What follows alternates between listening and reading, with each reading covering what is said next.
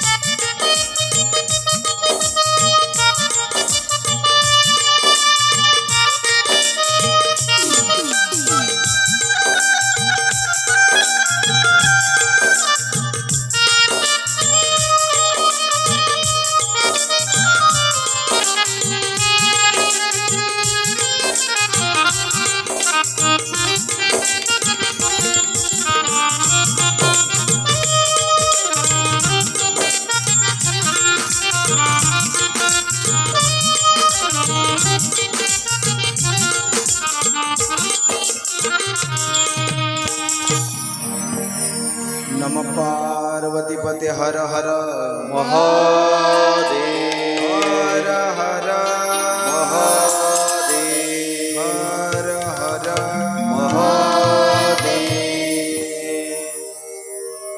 युवांत प्रविश्य मम वाचमां प्रसुप्तां संजीव्यत अखिलशक्तिधर स्वधाम्ना अन्यौस्तहस्तचरणश्वनत्वगादिं प्राणान्नमो भगवते पुरुषाय तुभ्यं। वसुदेवसुतं देवं कंसचाणूरमर्दनं देवकी परमानन्दं कृष्णं वन्दे जगद्गुरुं। ध्यानमूलं गुरुमूर्तिपूजा मूलो गुरुपदम् मंत्रमूलं गुरुर्वाक्यं मोक्षं मूलो गुरुकृपा।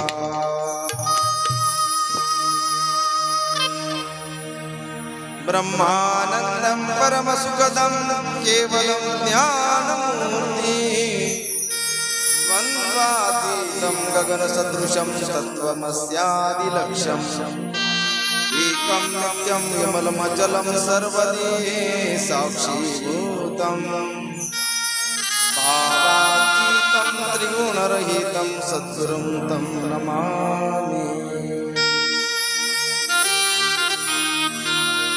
आता अभिनव वाग्विलासिनी जे चातुर्यात् कला कामिनी श्री शारदा विश्वमोहिनी नमिते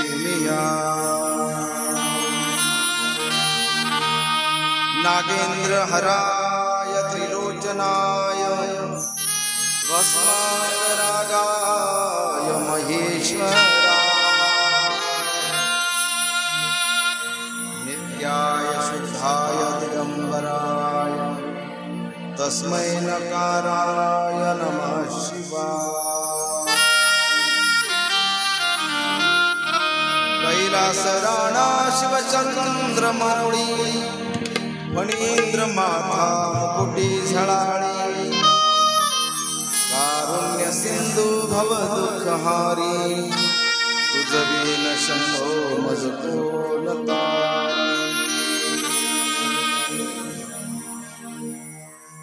गंगा विशुद्धं नितपादस्पर्शं सर्ववेष्टितं चुम्बितं पुण्यस्थानं सराले स्थितं तं समाधिस्थमूर्तिं नमामि गंगागिरियोगिराजनं तपोज्ञान वैराग्य भक्ति स्वरूपं सदा अलंकृतं साधु संन्यासयोगं मुखे यस्य वेदांत शास्त्रार्थनीतिं नमो नारायण गिरि ब्रह्मस्वरूपम् सदा सत्स्वरूपं चिदानन्दकन्दं जगत्सम्भवं स्थाणुसंहारयितुं स्वभक्तेच्छयामानुषं दर्शयन्तं नमामीश्वरं सद्गुरुं साईनाथम् अतुलितबलधामं हेमशैलावदेहं दनोजबलविषाणुं ज्ञानिनामग्रगण्यं सकलगुणनिधानं वानराणामधीशं रघुपतिप्रिय भक्तं वातजातं नमामि।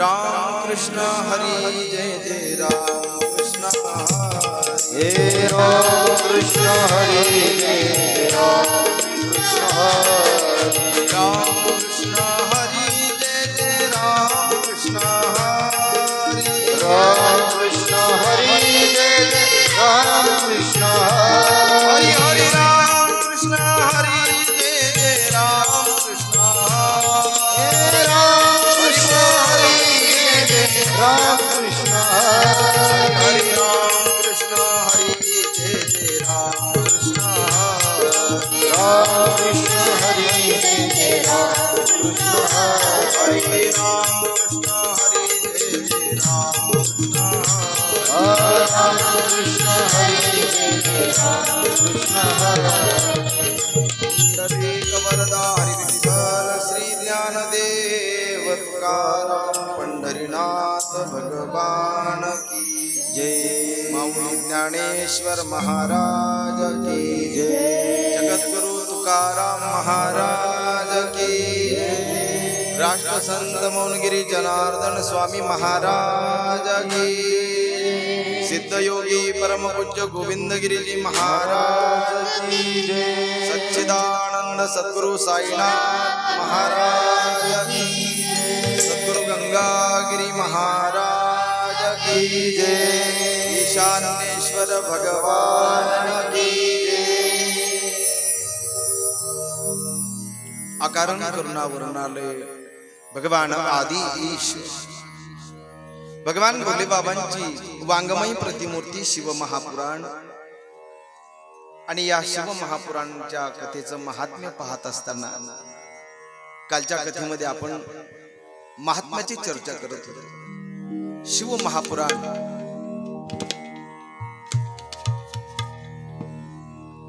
आणि या शिव महापुराणामध्ये भगवान शिवाचं आलेलं वर्णन किंबहुना हे शिव महापुराण म्हणजेच भगवान भोले बाबांची वाङ्मयी मूर्ती आहे। काल आपण दक्षिणामूर्तीच्या बाबतीत बोलत होतो। दक्षिणामूर्ती कशाला म्हणायचं? भगवान भोले बाबा आणि पार्वती मैया नंदीवर बसलेले आहेत, हिला काही प्रांतामध्ये दक्षिणामूर्ती म्हटलेलं आहे। परंतु सर्वाधिकपणे शिवभक्त हे भोले बाबांची पूजा जी करतात ती लिंग स्वरूपामध्ये। भगवान नंदिकेश्वर ज्यावेळेस ही कथा सांगतायत महाराज, हे शिव महापुराण सर्वप्रथम अगोदर नंदिकेश्वरांनीच सांगितलं। ते नंदिकेश्वर वर्णन करतात, माझे भोले बाबा कसे भोले आहेत, का भोले आहेत। नवे नवे तर ते महादेव म्हटल्यानंतर त्यांना किती आनंद होतो। हे बघा, बाकीचे सर्व देव आहेत, परंतु भोले बाबा मात्र काय आहेत? महादेव आहेत। बाकीच्या देवतांच्या बाबतीमध्ये जर बोलायला गेलं तर बऱ्याचशा देवतांचे आई वडील सांगता येतील, पण भोले बाबांचे माता पिता मात्र कोणालाही सांगता येणार।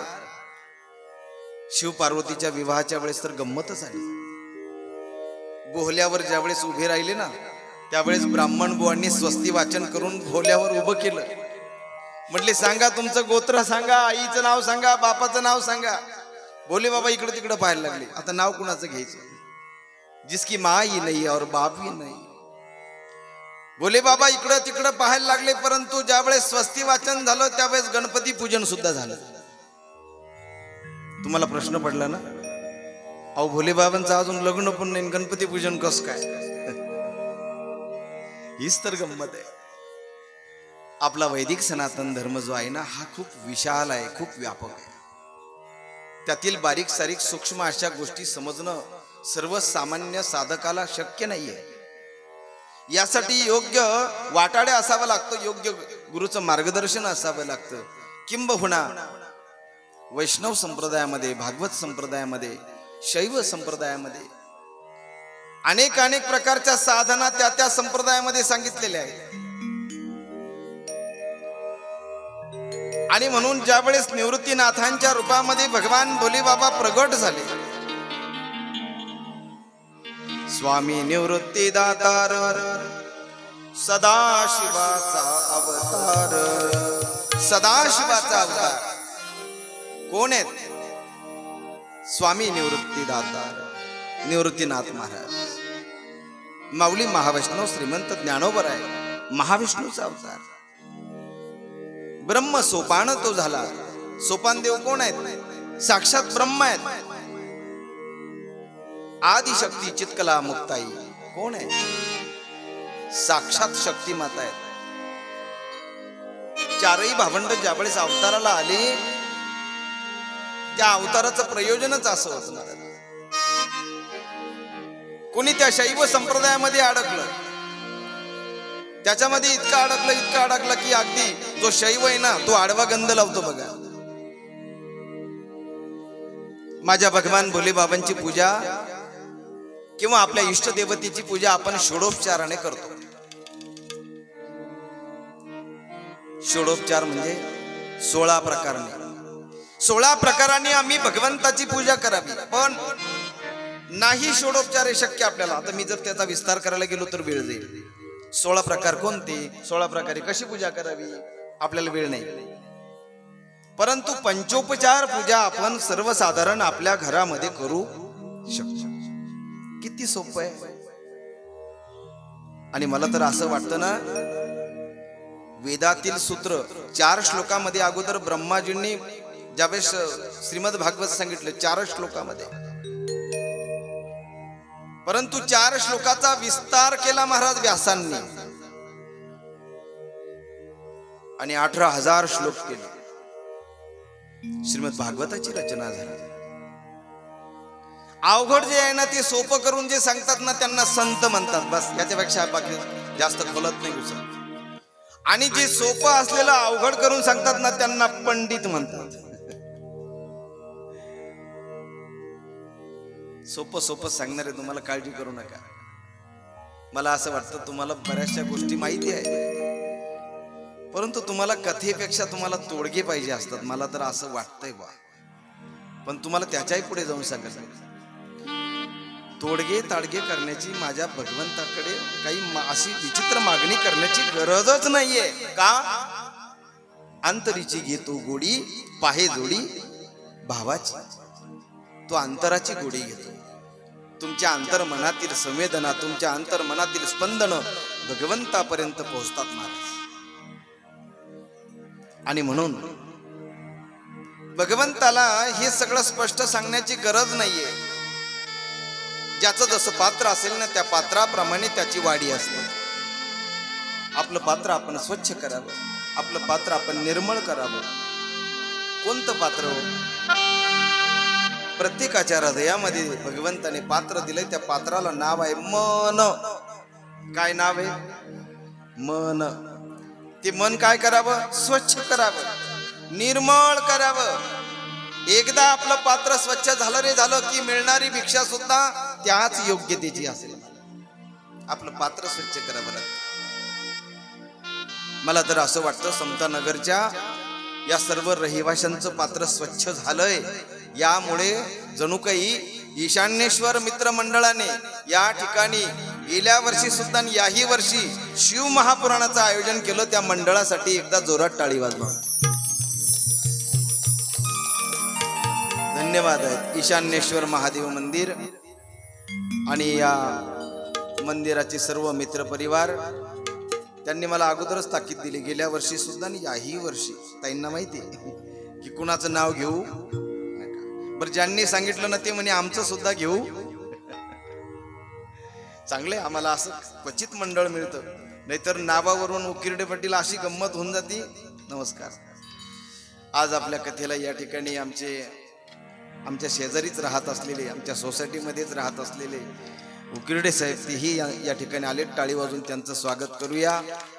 व्यासमंचावर विराजमान असलेले आपल्या कोपरगाव तालुक्याचं भूषण, त्यांचेच बंधू दशरथ महाराज उकिरडे, भागवताचार्य, रामायणाचार्य, संत कथाकार, सर्व कथाकार म्हटलं तरी चालेल, असे आमचे उकिरडे बाबा तेही या ठिकाणी आले. जोरात टाळी वाजून त्यांचंही या ठिकाणी आपण स्वागत करूया.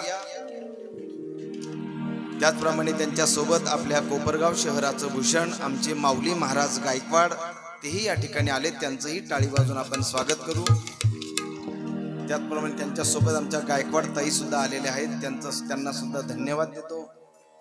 या व्यासमंचावर विराजमान असलेले सर्व या कथेला शृंगारिक करण्यासाठी थोडक्यात एक सांगू का, जेवण ज्यावेळेस एखादी माता भगिनी वाढते महाराज आपल्याला, तर ते पात्र असं सजवून जर कधी दिलं ना व्यवस्थित, म्हणजे खिरीची वाटी कोणत्या बाजूला आहे का नाही, लिंबाची फोड कोणत्या बाजूला, मीठ कोणत्या बाजूला वाढलं पाहिजे, कोशिंबीर कोणत्या बाजूला वाढली पाहिजे, आणि ते सगळं असं बरोबर जर व्यवस्थित त्याची मांडणी केली तर ते खाण्या अगोदर ते ताट पाहूनच खाणारा तृप्त होत असतो, आहे का नाही. म्हणजे ते ताटही सुंदर करून शृंगारिक करून ज्यावेळेस ते आपल्या समोर येतं ना, ते खाणाऱ्याची प्रसन्नता वाढत असते. त्या पद्धतीने ही ज्ञानरूपी भोजन या ठिकाणी तुम्ही सर्वजण करतायत. हा ब्रह्मरसाचा आनंद तुम्ही घेतायत. तुम्ही हा ब्रह्मरस घेतायत महाराज. ब्रह्मरस घेई काढा तेने पिढा वारेल. ज्याने पिढा वारल्या जाते ना, तो ब्रह्मरसाचा काढा म्हणजे शिव महापुराणची कथा आहे. आणि हा सगळा काढा तुमच्या समोर मांडण्यासाठी, तो सजवण्यासाठी, तो शृंगारिक करण्यासाठी माझ्यासोबत व्यासमंचावर विराजमान असलेले आपल्या कोपरगाव तालुक्याचं भूषण, मृदंगमणी मृदंग केसरी हरिभक्त परायण कृष्णाजी महाराज लकारे यांच्यासाठी एकदा जोरात टाळी वाजवा. त्यांच्यासोबत सुनील सुरबैया महाराज, त्याचप्रमाणे आमचे प्याडवादक ओम महाराज बैरागी, संजय महाराज आरणे, त्याचप्रमाणे हर्षल महाराज, अनंत महाराज,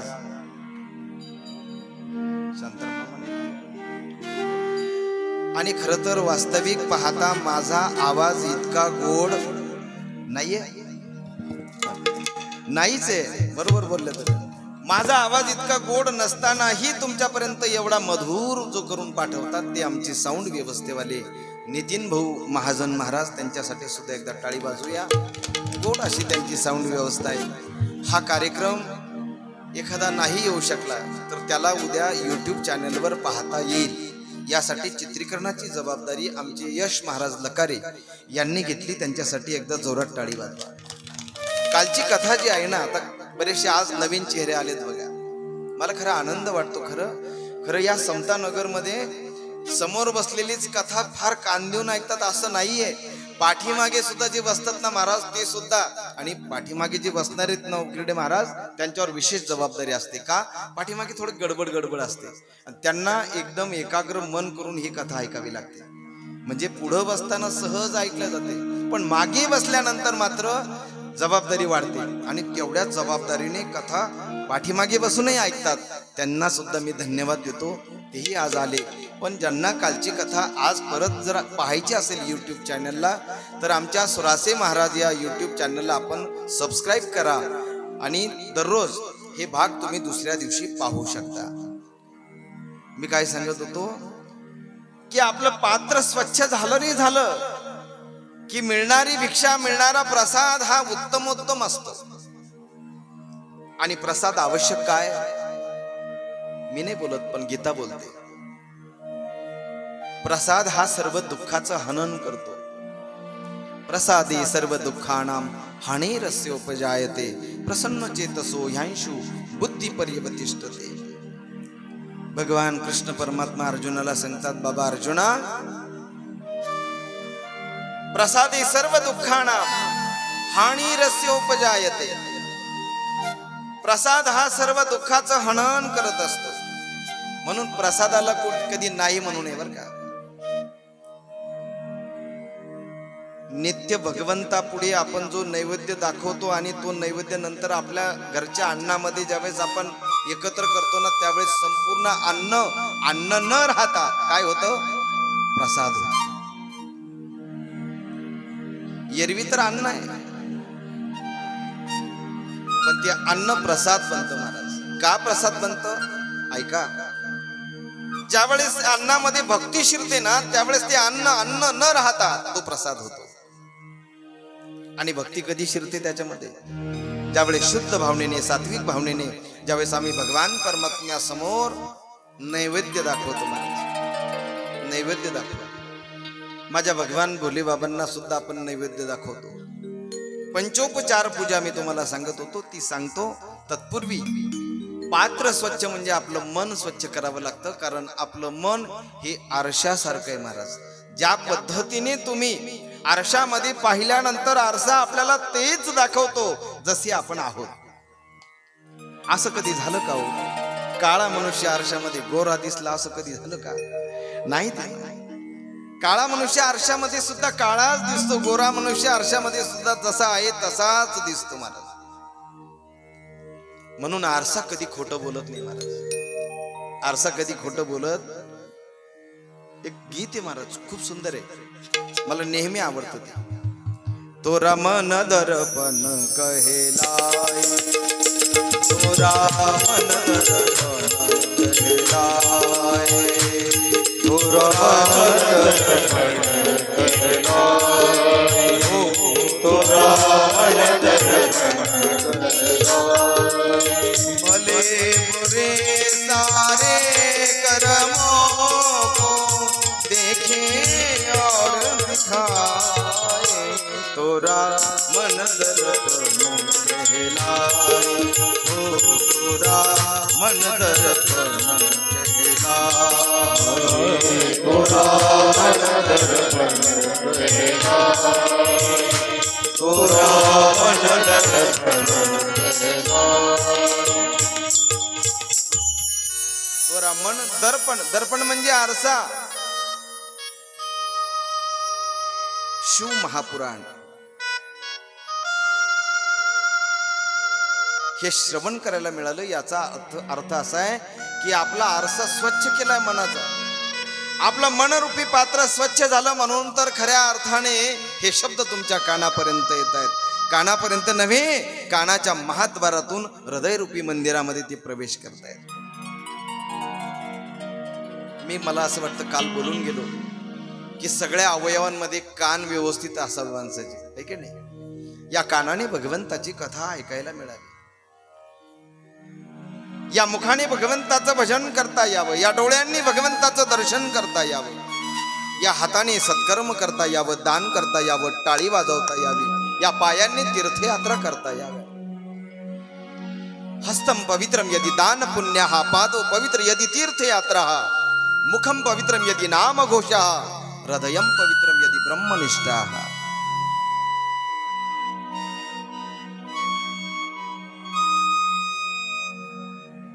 कान भरोनी ऐकेन तुझी कीर्ती,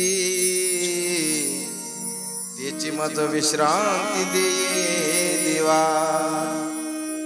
वाहे रंगी टाळी नाचे न उदास, ते देई हातास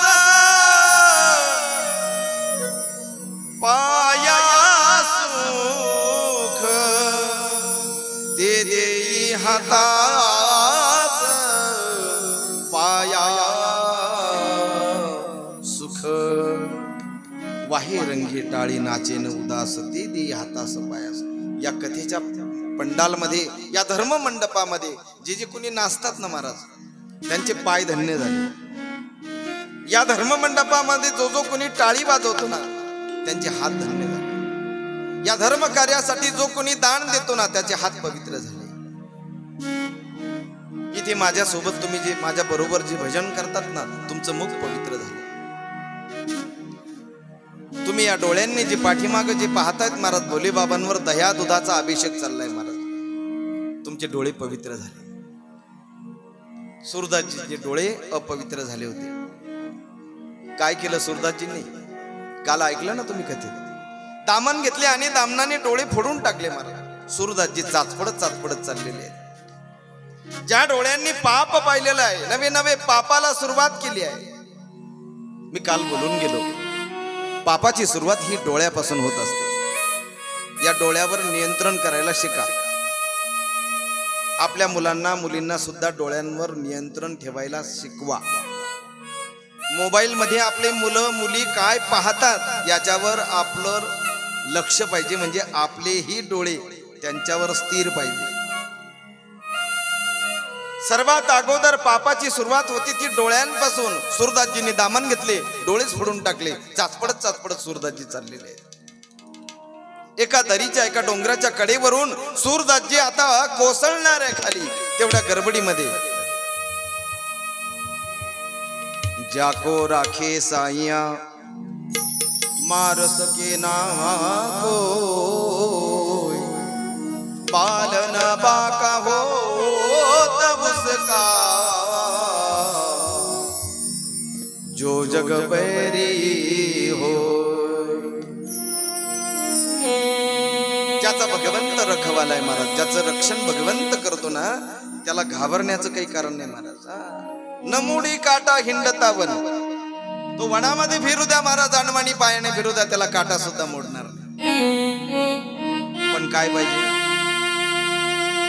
विश्वास पाहिजे. विश्वास कोण आहे? विश्वास हा परमार्थाचा बाप आहे महाराज. विश्वास कोण आहे? परमार्थाचा पिता आहे विश्वास. आणि श्रद्धा कोण आहे? या विश्वासाला धारण केलेली ती श्रद्धा आहे, ती माता आहे.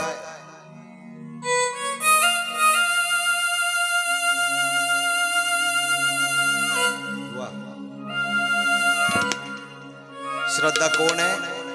विश्वास रूपिणी आहे. भवानी शंकरो वंदे, श्रद्धा विश्वास रूपिणी. भवानी शंकरो वंदे, श्रद्धा विश्वास रूपिणी. याभ्यां विना न पश्यन्ति सिद्धां स्वान्तम् ईश्वरम्. सिद्धां स्वान्तम् ईश्वरम्.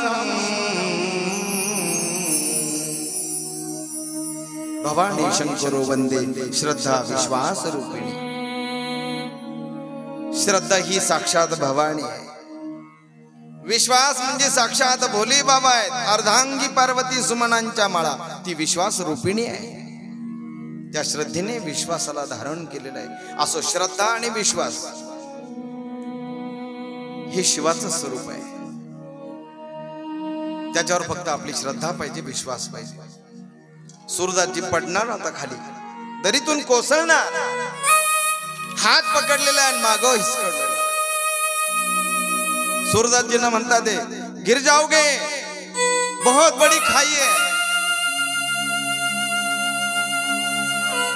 दरीमध्ये पडता पडता सूरदासजींना वाचवलेले महाराज. पण सूरदासजी होते ते काय आपल्यासारखे आहेत का? सूरदासजींनी ओळखलंय महाराज की माझा हात धरून मला मागे ओढणारा दुसरा तिसरा कोणी नाहीये. या जंगलामध्ये कितीतरी दिवसापासून मी भटकतोय. मला कोणी पाणी विचारलं नाही, पक्ष्यांचा किलकिलाटाशिवाय माझ्या कानावर काहीच पडलं नाही. आणि एवढ्या जंगलामध्ये मी दरीतून खाली पडणार, याच समयाला माझा हात ओढणारा दुसरा तिसरा कुणी नाही. या विश्वाचा मालक आहे, या जगाचा बाप आहे, दुसरं कुणीच नाहीये. सूरदासजीने ओळखलं विश्वास. मी विश्वास सांगते तुम्हाला. सूरदासजींनी ओळखल्यानंतर सूरदासजी त्याला विचारतात, अरे बाबा पडलो तर मी पडू दे ना दरीमध्ये, तू मला कशाला वाचवलं? त्यावेळेस तो लांबूनच उभा होता. तो नटधारी, तो रूपधारी, तो वेशधारी, अनंत रूप धारण करणार, अनंत वेशाने नटणारा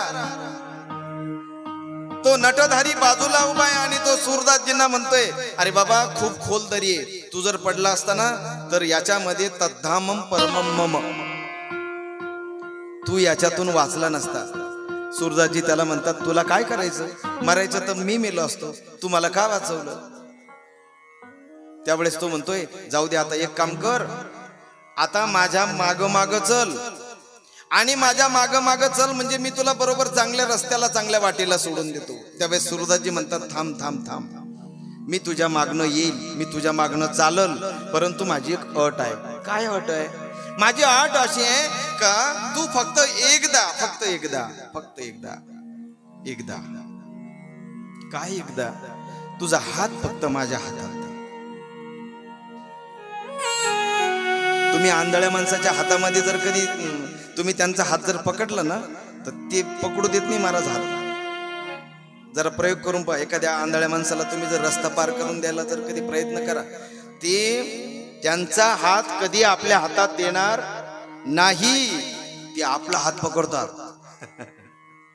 आता ते का पकडतात मी नंतर सांगेल. सूरदासजी फक्त एवढीच विनंती केली सूरदासजीने, बस मेरी एक विनती है प्रभु, मैंने तो आपको पहचान लिया है,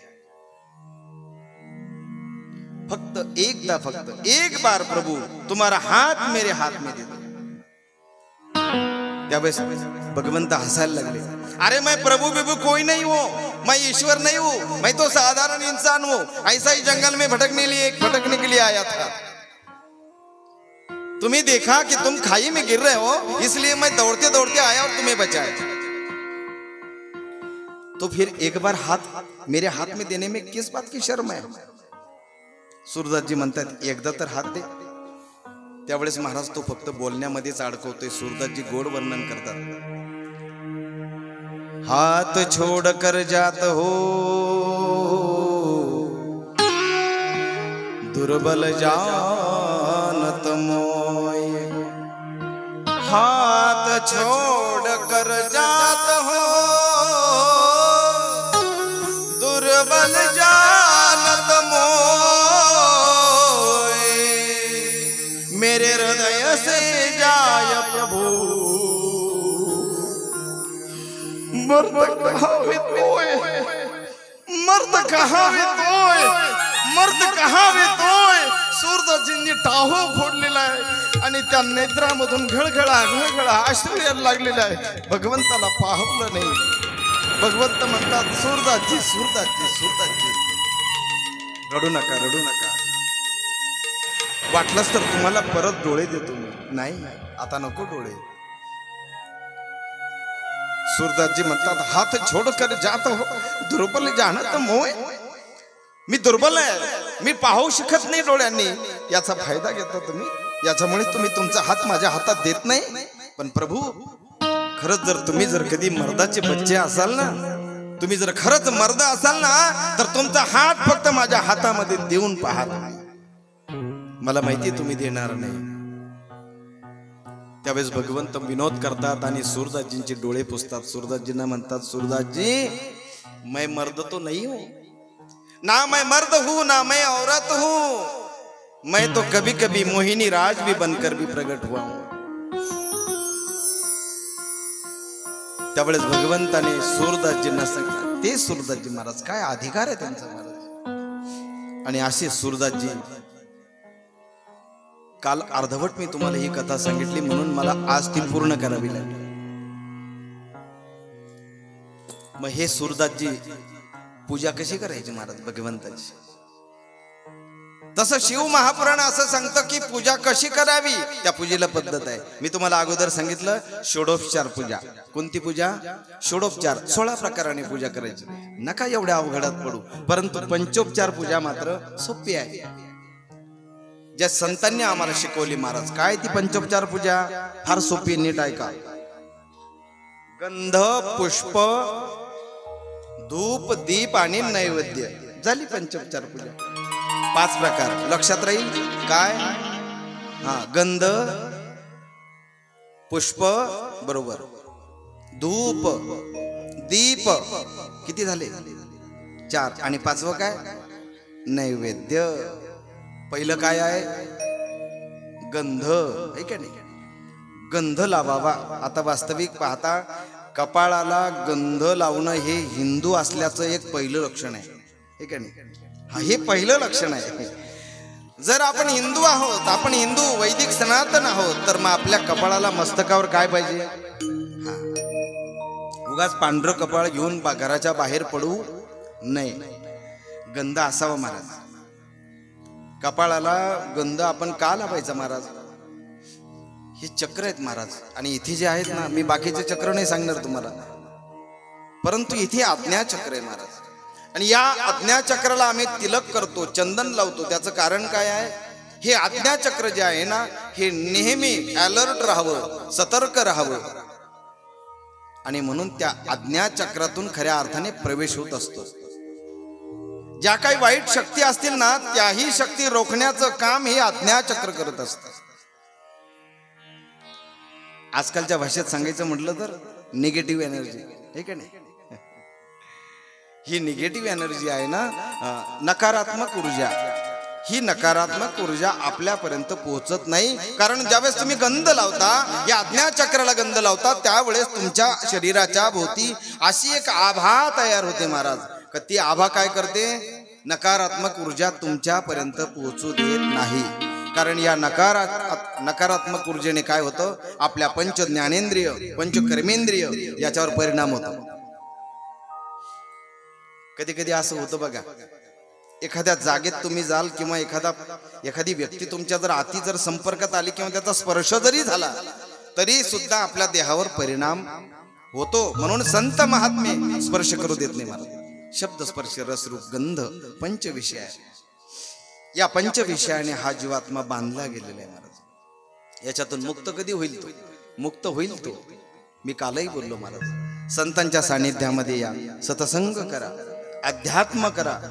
आपलं जीवन ही फार थोडं आहे महाराज, फार थोडं आहे. या जीवनामध्ये जर चांगला जर विचार केला तर अध्यात्मासाठी, परमार्थासाठी, प्रपंचातून आपण वेळ जो काढतो ना महाराज, तर समजून चला की आपलं गेल्या जन्माचं पुण्य महाराज. अनंत जन्माची असेल पुण्य सामग्री, तरीच जिव्हाग्री नाम येईल श्रीरामाची. तसं नाही येत महाराज. सर्वांनाच कथा ऐकावीशी वाटते का? हे शिव महापुराण आहे, आणि हे शिव महापुराण हे असं आहे महाराज, का हे तुमच्या मनातील सर्व इच्छा पूर्ण करणारं महापुराण आहे. हे साधं महापुराण नाहीये. फक्त संकल्प करून या, बसा, पण संकल्प चांगला असू द्या बरं का. संकल्प कसा असावा? शुद्ध असावा, सत्य असावा, आणि संकल्प हा सर्वांच्या हिताचा असावा. सर्वांच्या हिताचा नसला तरी चालेल, पण किमान पक्षी कुणाचं अहित होईल असा नसावा, है की नाही. सत्य संकल्पाचा दाता नारायण पूर्ण करी सर्व मनोरथ. आपला संकल्प जर सत्य असेल, शुद्ध असेल, चांगला असेल, तर या जगामध्ये महाराज तुमची प्रगती कोणीच रोखू शकत नाही. तुमचे कितीही वैरी असू द्या महाराज, तुमचा संकल्प तेवढा तीव्र असावा लागतो, सत्य असावा लागतो. या जगाच्या पाठीवर तुम्हाला रोखण्याची ताकद फक्त तुमच्यामध्येच आहे. बाकी तुम्हाला कोणी रोखू शकत, एवढी शक्ती महाराज आपल्यामध्ये, प्रत्येकामध्ये. तुझे आहे तुझ पाशी परी, तू जागा चुकलाशी. प्रत्येकाला दिलेलं आहे देवाने, फक्त ते ओळखावं लागतं.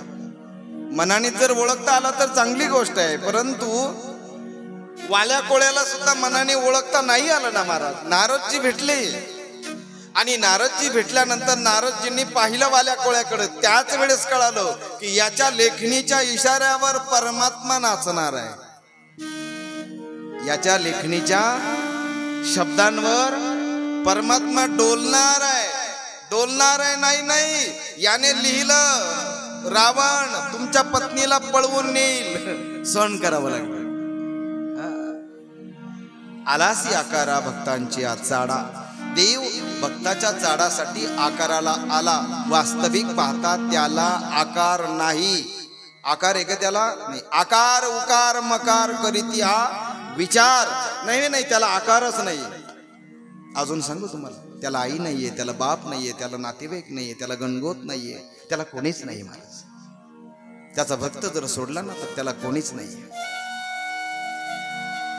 एकदा परमात्म्याने बोलता बोलता अर्जुनाला सांगितलं, अर्जुना खरं सांगू तुला, मी आतापर्यंत मी माझ्या वडिलांना जे सांगितलं नाही ना, मी माझ्या माता यशोदेला जे सांगितलं नाही, मी माझ्या बंधू बलरामाला जे सांगितलं नाही ना ते गुह्य ज्ञान मी तुला सांगतोय अर्जुना.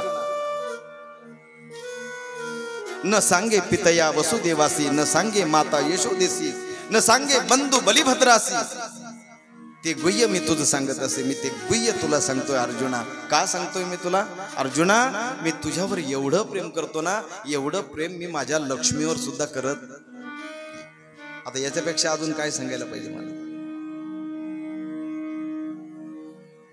भक्ताच्या भक्तीने देव बांधला जातो महाराज. देवाला बांधण्याची ताकद फक्त भक्तामध्ये आहे, फक्त भक्तामध्ये. नरसिंह अवतारामध्ये भगवान प्रगट झाले, प्रल्हादजींनाच पाठवावं लागलं पुढे. काय अकराळ विक्राळ झाकी होती महाराज. पण ज्यावेळेस प्रल्हादजी गेले ना जवळ, त्यावेळेस भगवान नारसिंह रूपामध्ये अकराळ विक्राळ रूप आहे, पण शांत झालेले प्रल्हादजींना पाहून आणि जवळ प्रल्हादजींना घेतलेले चाटायला लागलेले देव. देव कसा आहे महाराज? तो करुणेचा सागर आहे. नवे नवे करुणेचा अवतार आहे तो महाराज. कर्पूर गौरम करुणावतारम संसार सारम भुजगेंद्रहारम सदा वसंतम हृदयारविंदे भवं भवामि सहितं नमामि. तो करुणावतार आणि तो करुणावतार असल्यामुळे महाराज तो पाहत नाही हा कोण आहे, हा ब्राह्मण आहे, क्षत्रिय आहे, वैश्य आहे, शूद्र आहे. नाही, तो काहीच पाहत नाही. ऊच नीच काही नेने भगवंत तिष्ठे भाव भक्त देखून या. दासी पुत्र कन्या विदुराच्या भक्षी दैत्या घरी रक्षी प्रल्हादासी. प्रल्हादाचं रक्षण केलं आणि प्रल्हादजीच फक्त शांत करू शकले. चर्म रंगो लागे रोहिदासा संगी कबीराच्या मागे शेली विनी. सावतोबांना पाणी भरू लागले महाराज, भाजी खुडू लागली, नवे नवे शेतामध्ये काम करू लागले महाराज. चोखोबरायांसोबत त्याने ढोरं ओढली महाराज. नाही लाज वाटली त्याला, नाही लाज धरीत. तो लाजत नाही महाराज. साधा वया भक्ती काज नाही लाज धरीत. तो लाजत नाही. असा भगवंत, असा परमात्मा.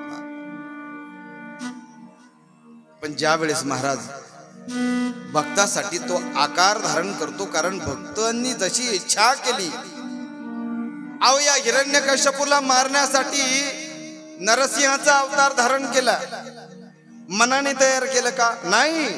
हिरण्यकश्यपूने जसा विचार केला त्याच पद्धतीने भगवंताने अवतार घेतला. हिरण्यकश्यपू अगोदर विचार करत होता. आता हा हिरण्यकश्यप तरी कोण होता हो? मी भागवत सांगायला नाही बसलो, मला शिव महापुराणच सांगायचंय. पण तो देव किती करुणानिधी आहे हे सांगायचंय. किती दयाळू आहे, किती करुणेचा तो सागर आहे. त्याला आकार नाहीये, त्याला रंग नाहीये, त्याला रूप नाहीये, त्याला आई नाही, त्याला बाप नाही, त्याला नातेवाईक नाही, त्याला कोणीच नाही. भक्त सोडलं तर त्याला कोणीच नाही महाराज. रंग नाही, रूप नाही, नाही वर्ण छाया. रंग नाही, रूप नाही, नाही वर्ण छाया. रंग नाही, रूप नाही, नाही वर्ण छाया. रंग नाही, रूप नाही, नाही वर्ण छाया. निराकार निर्गुण तुझी एक रघुराया. निराकार निर्गुण रघुराया. निराकार निर्गुण तुझी एक रघुराया. निराकार निर्गुण तुझे रघुराया. मैं गुलाम, मैं गुलाम, मैं गुलाम तेरा. मैं गुलाम, मैं गुलाम, मैं गुलाम तेरा.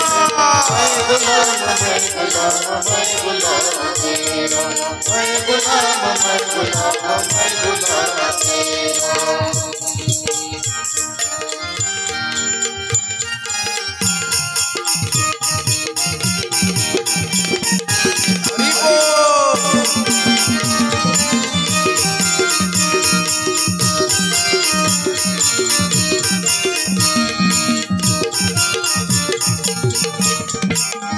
क्या बात है. नमः पार्वती हर हर महादेव हर हर महादेव हर हर महादेव.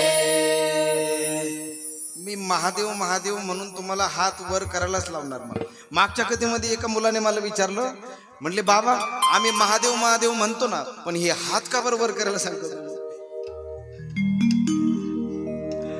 सांगू का तुम्हाला, मला प्रश्न विचारणारे, हा त्यानेच विचारलं, मला प्रश्न विचारणारे मुलं फार आवडतात. याचा अर्थ लगेच माझ्या मागं नका लागू बरं का. ऐका, तुम्ही चित्रपट पाहता ना, आता हल्लीचे चित्रपट आम्हीच पाहत नाही त्याच्यामुळे, पण आमच्या लहानपणी जे चित्रपट होते ना, त्या चित्रपटामध्ये चोराच्या मागे पोलीस लागायचे. चोराच्या मागे कोण लागत? हा बरोबर. तर ते पोलीस त्या चोराच्या मागे लागल्यानंतर महाराज पुढे असं येतं की त्या चोराला पळायला जागाच राहत नाही, आणि तो पोलीस समोर येतो आणि त्याच्या हातात बंदूक असते. महाराज कुणाच्या हातात? चोराच्या नाही, हा पोलिसाच्या हातात काय असते? बंदूक असते. महाराज ज्या वेळेस तो चोराच्या समोर जातो ना, त्यावेळेस तो बंदूक फक्त अशी धरतो, काय म्हणतो? काय म्हणतो? क्या बात आहे, टाळी वाजवा यांच्यासाठी. ज्या वेळेस त्या चोराच्या समोर तो पोलीस जातो, त्यावेळेस तो पोलीस म्हणतो हँड्स अप, आणि हात वर केल्यानंतर तो पोलीस त्या चोराला गोळी मारत. तसंच आहे, हात वर करणं म्हणजे सर्व देहाने सर्व भावाने मी तुम्हाला शरण आलेलो आहे. हे भोले बाबा, आता माझं बरं करायचं का वाईट करायचं का काय करायचं हे तूच ठरव. म्हणून आपण असे हात वर करतो आणि काय म्हणतो? महादेव महादेव महादेव 3 वेळेस. का 3 वेळेस? शिव महापुराणमध्ये सूतजी शौनकादिक ऋषींना ज्यावेळेस हे सांगतायत, त्यावेळेस शौनकादिक ऋषींनी प्रश्न केलेला आहे, सूतजी माफ करा, तुमच्या कथेत मध्येच बोललं नाही पाहिजे, परंतु मध्ये बोललं तरी चालतं, परंतु ते बोलणं कल्याणाचं असावं. ठीक आहे. सूतजी त्या शौनकादिक ऋषींना म्हणतायत, विचारा विचारा, कारण तुम्ही जशी प्रश्न विचारणार आहात ना, त्याच पद्धतीने मी तुमच्या पुढे कथा मांडणार आहे. त्यावेळी शौनकादिक ऋषींना आनंद झालेला आणि ते सूतजींना प्रणाम करतायत आणि म्हणतायत का सारखं सारखं महादेव महादेव महादेव नेमकं का म्हणायचं? त्यावेळेस सूतजी म्हणतायत की तुम्ही जो प्रश्न विचारला ना, तो खूप छान आहे. कारण महादेव महादेव महादेव इति यो वदेत. वदेत म्हणजे म्हणतात 3 वेळेस. जे कोणी 3 वेळेस महादेव महादेव असं म्हणतात, पहिलं महादेव तुम्ही म्हणतात त्याच वेळेस माझे भोले बाबा कैलास सोडून त्याच्या समोर हजर राहतात. दुसऱ्या महादेवाच्या वेळेस भगवान भोले बाबा त्याचे कर्जदार होतात, म्हणजे ऋणी होतात. आणि तिसरा महादेवाच्या शब्दासाठी भोले बाबा म्हणतात की आता मी या भक्तासाठी काय करू काय करू. भक्तासाठी त्यांच्या नेत्रामध्ये अश्रू येतात. सूतजी ज्यावेळेस शौनकादिक ऋषींना सांगतायत महादेव महादेव महादेव इति यो वदेत. पहिल्या महादेवाच्या वेळेसच काय तुमच्या पुढे प्रगट होतात महाराज. द्वाभ्याम ऋणी भवेत. दुसऱ्या वेळेस तर ते ऋणी होतात तुमचे. सूतजींनी ज्यावेळेस असं महादेव महादेव शब्दाचा अर्थ सांगितला, त्यावेळेस सगळ्या 88,000 सर्व ऋषीमुनींनी हात उंच केलेले आहेत आणि सर्वांनी आवाज दिलेला आहे महादेव महादेव महादेव. 3 वेळेस आवाज दिला. नम पार्वती पते हर हर महादेव. सूतजी ज्यावेळेस हे वर्णन करतायत महाराज या शिव महापुराणामध्ये, त्यावेळेस हे शिव महापुराण कसं कल्याणकारी आहे, किती कल्याणकारी आहे. अहो हे शिव महापुराण जसं भागवताचं महात्म्य आलं, ज्या पद्धतीने भागवताचं महात्म्य आलं, त्याच पद्धतीने शिव महापुराणच्या महात्म्यामध्ये 2 कथा आल्यात महाराज. कोणती कोणती कथा? पहिली कथा आहे देवराज ब्राह्मणाची. किरात नगरीमध्ये देवराज नावाचा एक ब्राह्मण आहे आणि हा ब्राह्मण वंशामध्ये जन्माला आला खरा, परंतु ब्राह्मणाचा धर्म मात्र त्याने पाळला नाही महाराज. ब्राह्मणाचा धर्म काय महाराज? जो त्रिकाल संध्या करतो, जो सुचिरभूत राहतो, ज्याला शौच अशौच कळतं, ज्याला नीती अनिती कळते, ज्याला सत्य असत्य कळतं, ज्याला धर्म अधर्म कळतं, त्याला ब्राह्मण म्हणावं. ज्याची वाणी मवाळा असते, ज्याची वाणी पवित्र असते, ज्याची वाणी सिद्ध असते, तो ब्राह्मण.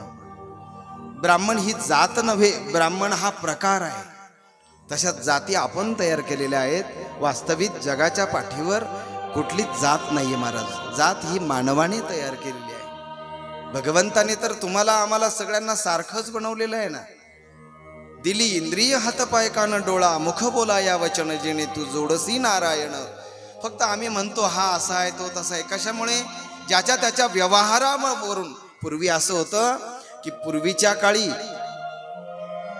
त्याच्या वागण्यावरून त्याचा वर्ण ठरायचा, आहे का नाही? आणि काही गोष्टी पूर्वी मर्यादा होती महाराज. मग त्याचा आचार जर शुद्ध असेल तर त्यानेच ब्राह्मणाचं कर्म करावं, त्यानेच त्रिकाल संध्या करावी, त्यानेच देवपूजा करावी, त्यानेच मंदिराच्या गाभाऱ्यात जावं, दुसऱ्याने जाऊच नाही.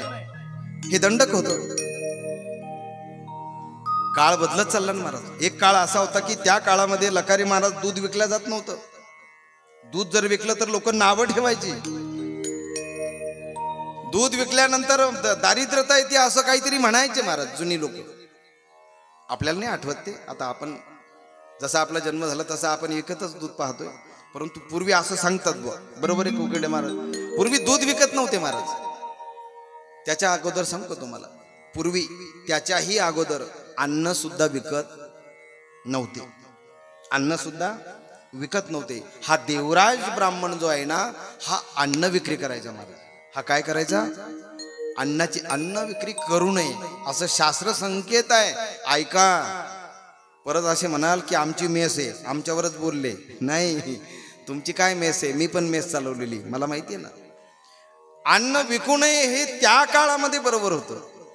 तो काळ तसा होता महाराज, आहे की नाही? त्या काळामध्ये लोकसंख्या कमी होती, अन्न हेच प्रधान सगळं काही होतं. बाकीच्या चैनीच्या गोष्टी किंवा काही ज्या आज गरज नसताना आपण ज्या गोष्टी आपल्या घरामध्ये मांडून ठेवल्या ना अवतीभोवती, गरज नसताना या नव्हत्या पूर्वी महाराज. त्याच्यामुळे फार काही लागत नव्हतं काही प्रपंचाला सुद्धा. त्यामुळे अन्नाला किंमत होती महाराज, है की नाही? आता घरातल्या अन्नाला सुद्धा किंमत नाही राहिली, तो भाग वेगळा आहे ना.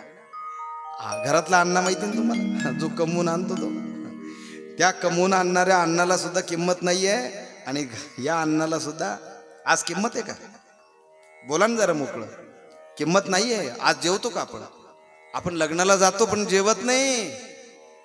कुठंतरी रस्त्यात चांगलं रेस्टॉरंट पाहतो आणि मग तिथं जातो आपण. खरंय की नाही?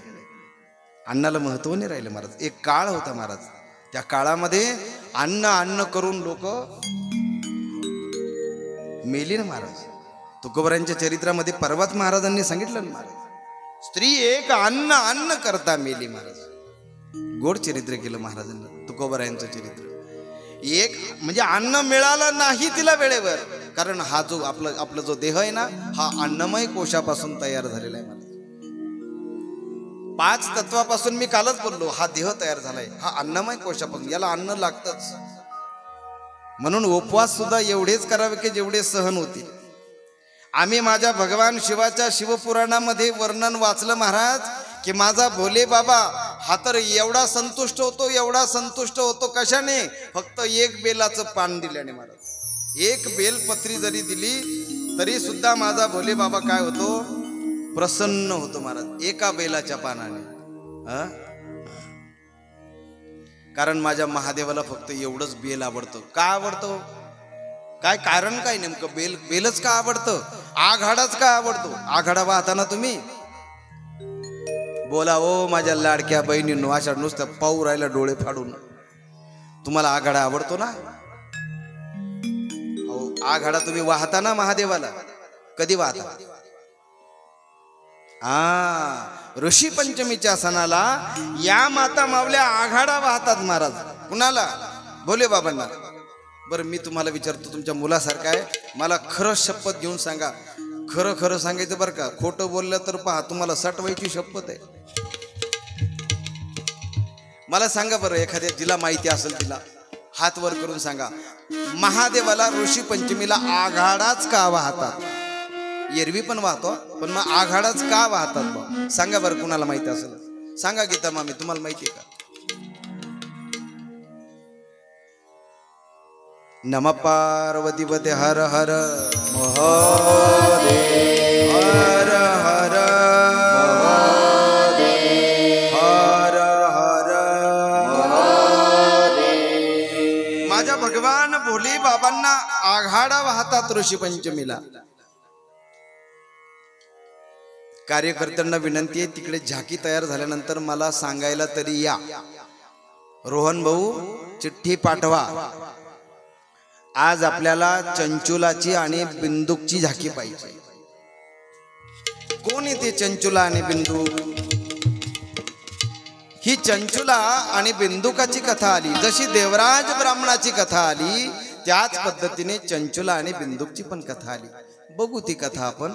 तुमचं आघाड्याचं पुराण एकदा मिटून टाकतो. नाही काही बाया लगेच म्हणायला लागल्या, गेले बाबा बाबा बाबा बाजूला. बाबा जाऊ दे कुणीकडे बाजूला, पण तो टाळ्यावर येतो परत.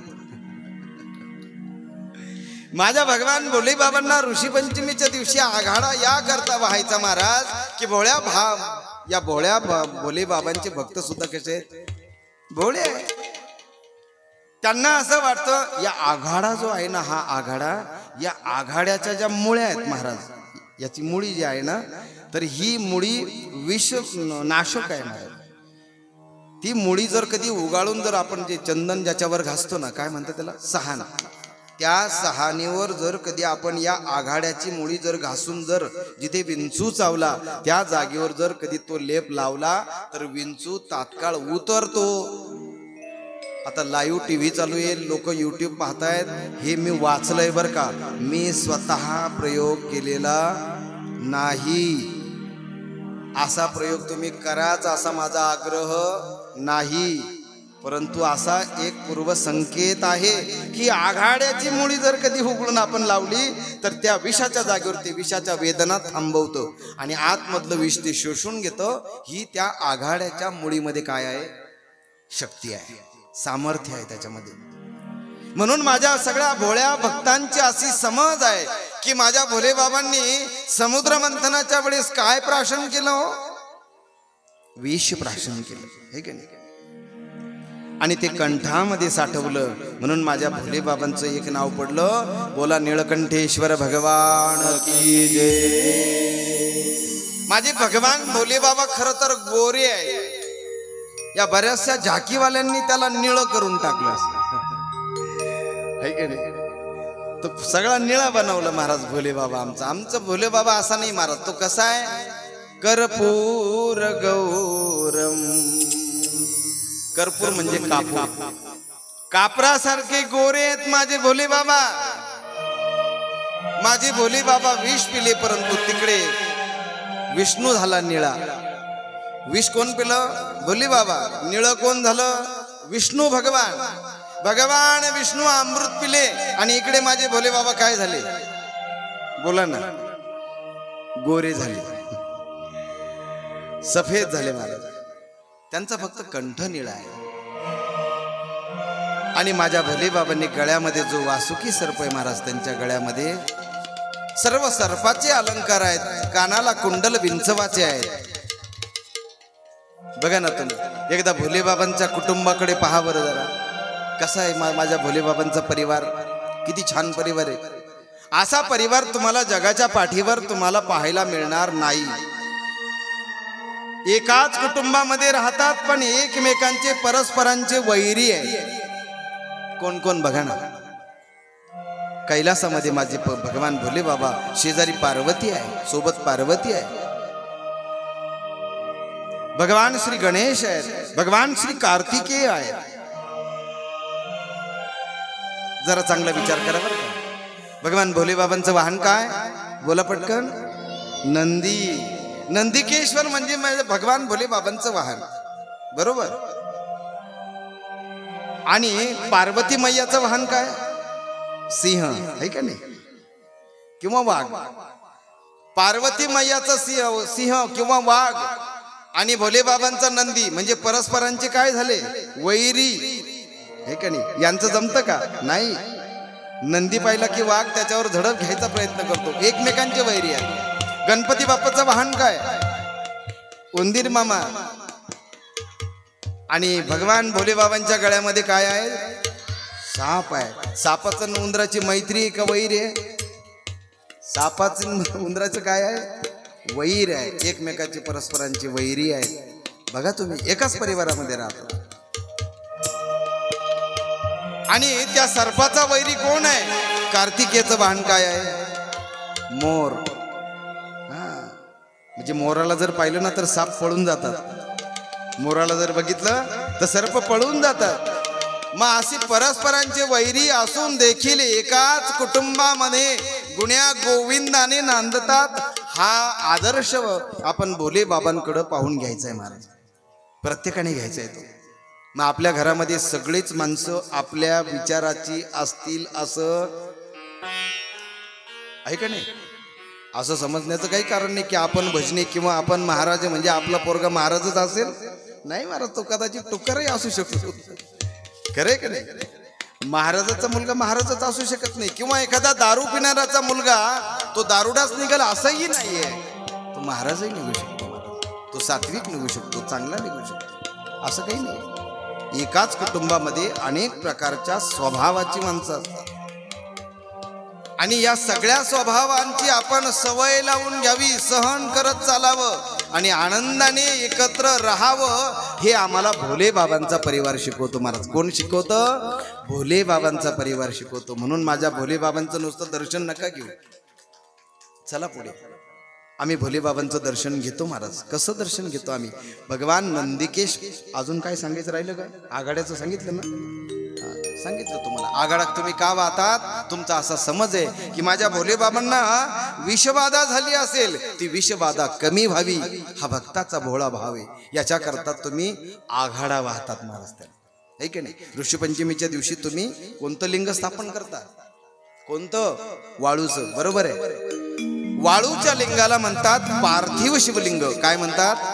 पार्थिव. मृत्तिकेचं किंवा वाळूचं सगळ्यात पॉवरफुल किंवा सगळ्यात श्रेष्ठ जर असेल तर हे वाळूचं म्हणजे मृत्तिका म्हणजे पार्थिव शिवलिंग आहे महाराज. काय कारण आहे त्याचं? कारण ते पृथ्वी तत्वापासून झालेलं आहे का नाही? त्याच्यामध्ये जास्त काय आहे? पृथ्वी तत्व आहे. आणि ही पृथ्वी तत्व कुणी शेषाने त्याच्या मस्तकावर काय केलेलं आहे? धारण केलेलं आहे. म्हणून शेषाला आनंद होतो की माझ्या तत्वापासून, मी ज्याला डोक्यावर धारण केलंय, ज्या पृथ्वीला, त्या तत्वापासून माझ्या भोले बाबांचं पूजन चाललंय, त्याला आनंद होतो. पण एक लक्षात घ्या, तुम्ही दरवर्षी ऋषीपंचमीची पूजा करता. मला माहित नाही तुम्ही कशी करता, परंतु माझ्या ऐकण्यात आहे महाराज. कधी कधी मी विचारत असतो महाराज तुम्ही पूजा कशी केली, पण ऐका आता इथून पुढे कशी पूजा करायची नीट ऐका. तुम्ही ऋषीपंचमीला ज्यावेळेस पूजा करता किंवा इतर वेळेस सुद्धा ज्यावेळेस तुम्ही वाळूची अथवा मातीची पिंड तयार करताना त्यावेळेस जरा सावधान. काय? ज्यावेळेस तुम्ही पिंड तयार करतात ना त्यावेळेस तुमच्या मुखामध्ये सतत जप असावा महाराज. कोणता? ओम नमः शिवाय, हरि ओम नमः शिवाय, ओम नमः शिवाय, हरि ओम नमः शिवाय, ओम नमः शिवाय, ओम नमः शिवाय, ओम नमः शिवाय, ओम नमः शिवाय, ओम नमः शिवाय,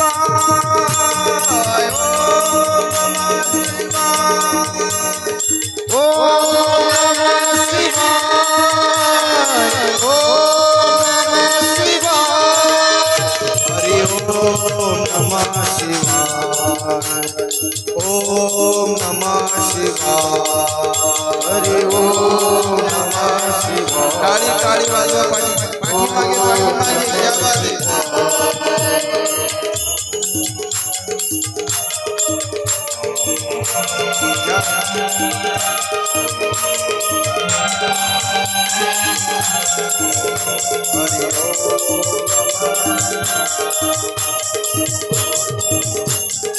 ओम नमः शिवाय, ओम नमः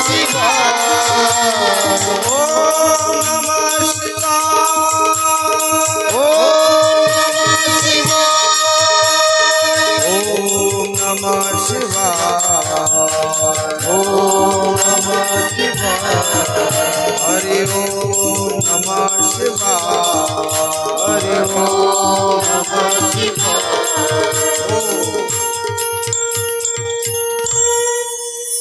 मुखामध्ये नमः शिवाय नमः शिवाय नमः शिवाय, तसं ओंकाराचं संपुट, ओंकार म्हणजे आदि बीज आहे महाराज। ओंकार काय आहे? ओंकार हे साक्षात भगवंताचं स्वरूप आहे। भगवंताचं काय आहे? स्वरूप आहे। म्हणून कोणत्याही मंत्राला ज्यावेळेस आम्ही ओंकाराचं संपुट लावतो ना, तर त्या ठिकाणी नियमावली येते महाराज। काय येते? नियमावली येते। बरेच नियम आहे। मग तुम्ही शौच असावं, तुम्ही सुचिरभूत असावं, वगैरे वगैरे, तुम्ही स्थानभ्रष्ट नसावं, आहे की नाही? तुम्ही कुठल्या म्हणजे आसन जर नसेल तुम्हाला, तर त्या भूमीवर बसल्यानंतर तुम्हाला हे काही जप करता येत नाही, कारण त्याचे नियम आहेत महाराज। म्हणून बरेचसे शिवभक्तांना हा मंत्र सोपा आहे महाराज, नमः शिवाय नमः शिवाय। किंवा पंडितजींनी जो सर्व दूर सगळीकडे मंत्र पसरवला जगभर, कोणता? श्री शिवाय नमस्तुभ्यं, श्री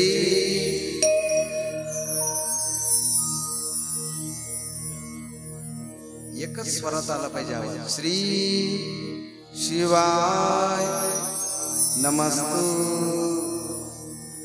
श्री शिवाय नमस्तुभ्यं। भोला सब दुख काटो हारा, ओ भोला सब दुख काटो हारा। बोला ना, शिव शंकर जपो तेरी माला, भोले बाबा जपो तेरी माला, भोला सब दुख काटो हारा, ओ भोला सब दुख काटो। नमः पार्वती पते हर हर महादेव। काय आवडतं त्याला? आघाडा आवडतो। बेलाचं पान का आवडतं? कारण बेलाचं पानाचा जन्म किंवा बेल वृक्षाची निर्मिती कशी झाली? कशी झाली हो? पार्वती मैयाच्या घामापासून या बेलाची निर्मिती आहे। पार्वती मैयाने मस्तकावरचा घाम असा पुसलेला आहे महाराज, आणि असा पुसून ते बोट झटकलंय, मंदराचलावर 3 थेंब पडले, आणि मंदराचल पर्वतावर या 3 थेंबापासून वृक्ष तयार झाला। आणि ते थेंब म्हणजेच महाराज हे 3 पान आहेत महाराज। हे 3 पान, या मधला जे पान आहेत ना, हे मधलं पान, या मधल्या पानावर ओंकार। मी जे अगोदर तुम्हाला ओंकाराबद्दल बोलत होतो महाराज, ओंकार काय आहे? ओंकार साक्षात त्याचं स्वरूप आहे। ओम नमो जियाद्याय वेद प्रतिपाद्याय, जय जय स्वसंवेद्यात्मरूपा।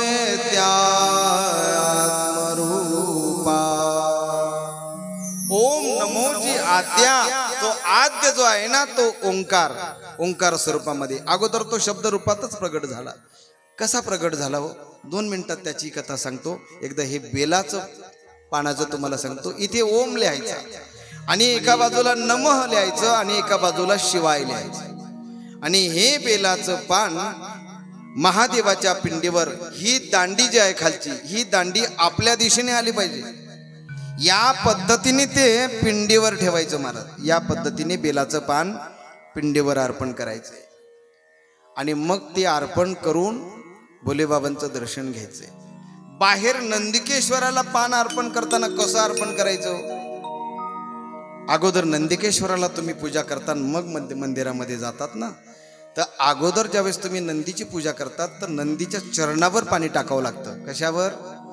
चरणावर। एक पाय जो पुढे आहे त्या पायावर अगोदर पाणी टाकावं लागतं। ते पाणी टाकताना गंगा मैयाचं स्मरण करावं लागतं महाराज। गंगा मैयाचं, तुम्हाला जी गंगा आठवल ती, तुम्ही कोणत्याही गंगेचं नाव घ्या, किंवा नुसतं गंगा गंगा जरी म्हटलं महाराज, तरी सुद्धा किती ताकद आहे। वाचे म्हणता गंगा गंगा सकल दोष जातील भंगा. गंगा म्हणून त्या भोलेबाबाच्या नंदिकेश्वराच्या पायावर आपण पाणी टाकायचं, जल अर्पण करायचं. आणि त्या ठिकाणी ज्यावेळेस तुम्ही बेलाचं पान वाहता चरणाजवळ, पहिलं पान व्हावं लागतं ते चरणाजवळ, बरोबर आहे का नाही? पहिलं पान कुठं व्हावं लागतं? चरणाजवळ. पण चरणाजवळ ज्यावेळेस तुम्ही बेलाचं पान वाहतात त्यावेळेस या बेलाची दांडी कुठे असावी? महादेवाच्या पिंडीकडे. आणि या पद्धतीने ते बेलाचं पान व्हावं. आणि पाठीवर ज्यावेळेस आम्ही नंदिकेश्वराच्या बेल वाहतो त्यावेळेस ते बेलाचं जे काही पुढचं पानाचं टोक ते कुठं असावं? इकडे पुढे असावं. हा, म्हणजे असं. आता ज्याला समजलं त्याला समजलं, त्याने दुसऱ्याला समजून सांगा. नाही कळलं तर उद्या मी परत सांगेल तुम्हाला. आणि मग मध्ये जाऊन आम्ही बेलाचं पान अर्पण करतो तुम्हाला. हे बेलाचं पान पार्वती मैयापासून तयार झालंय, म्हणजे त्यांच्या घामापासूनच तयार झालं. म्हणून भगवान भोले बाबांना विशेष कशाची आवड आहे महाराज? हा, बेलाच्या पानाची आवड आहे. ए भोळ्या शंकरा, ए भोळ्या शंकरा, आवड तुला आवड तुला बेलाच्या पानाची. हे भोळ्या शंकरा, हे भोळ्या शंकरा, आवड तुला आवड तुला बेलाच्या पानाची. हे भोळ्या शंकरा, हे भोळ्या महादेवा.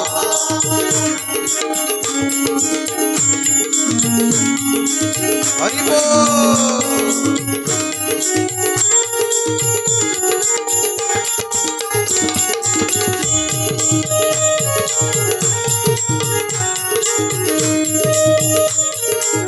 हे भोला शंकरा,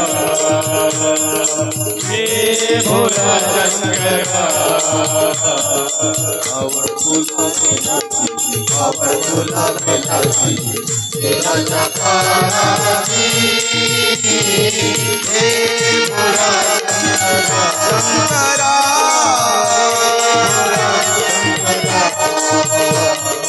आवड तुला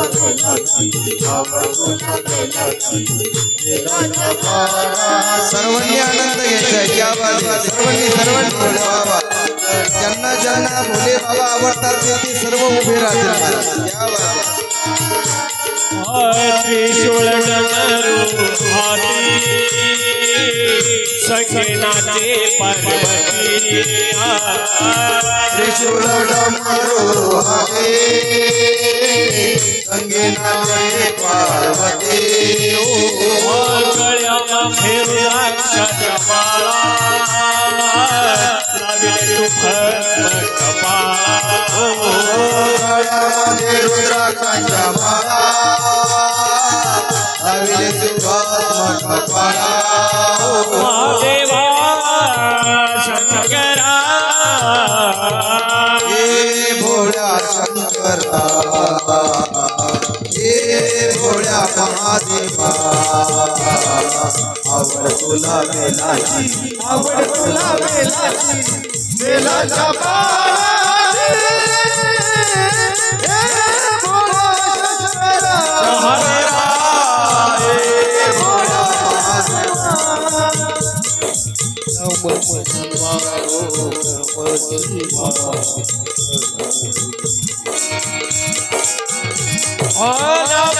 नमः शिवाय, नमः शिवाय. नमः शिवाय, नमः शिवाय, हर हर भोले नमः शिवाय. नमः शिवाय, नमः शिवाय, हर हर भोले नमः शिवाय. नमः शिवाय, नमः शिवाय, हर हर भोले नमः शिवाय. ओम नमः शिवाय, नमः शिवाय, हर हर भोले नमः शिवाय. हरि बोल. क्या बात है.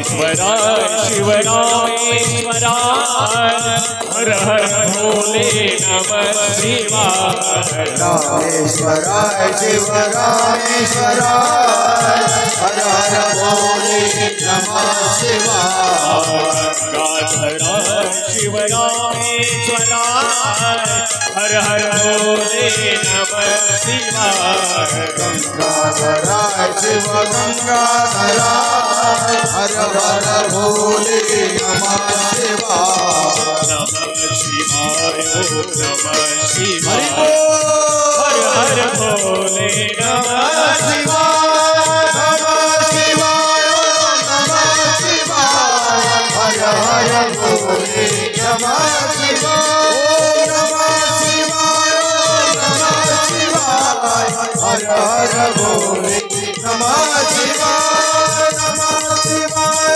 नमः शिवाय हर हर भोले नमः शिवाय नमः शिवाय नमः शिवाय हर हर भोले नमः शिवाय हर हर भोले नमः शिवाय हर हर भोले नमः शिवाय नमः पार्वती पते हर हर हर हर हर हर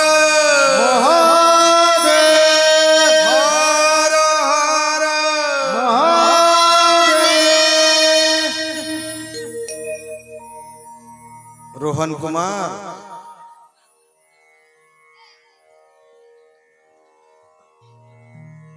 भोली बाबांना विशेष आवड आहे ती बेलाच्या पानाची. या धर्म मंडपामध्ये जर नाचलात ना तुम्ही तर तुम्हाला संसारामध्ये ज्यादा थैथै नाचायची गरज नाहीये. म्हणून या धर्म मंडपामध्ये जे नाचले त्यांच्यासाठी जोरात टाळी वाजवा महाराज. धन्यवाद आहेत ते पाय महाराज. तुमचे चरण पवित्र झाले महाराज आता. कारण या धर्म मंडपामध्ये यापूर्वी ज्या नाचल्या ना त्यांचा इतिहास पहा महाराज. मीराबाई नाचल्या ना पायामध्ये चाळ बांधून मीराबाई नाचलेल्या आहे महाराज.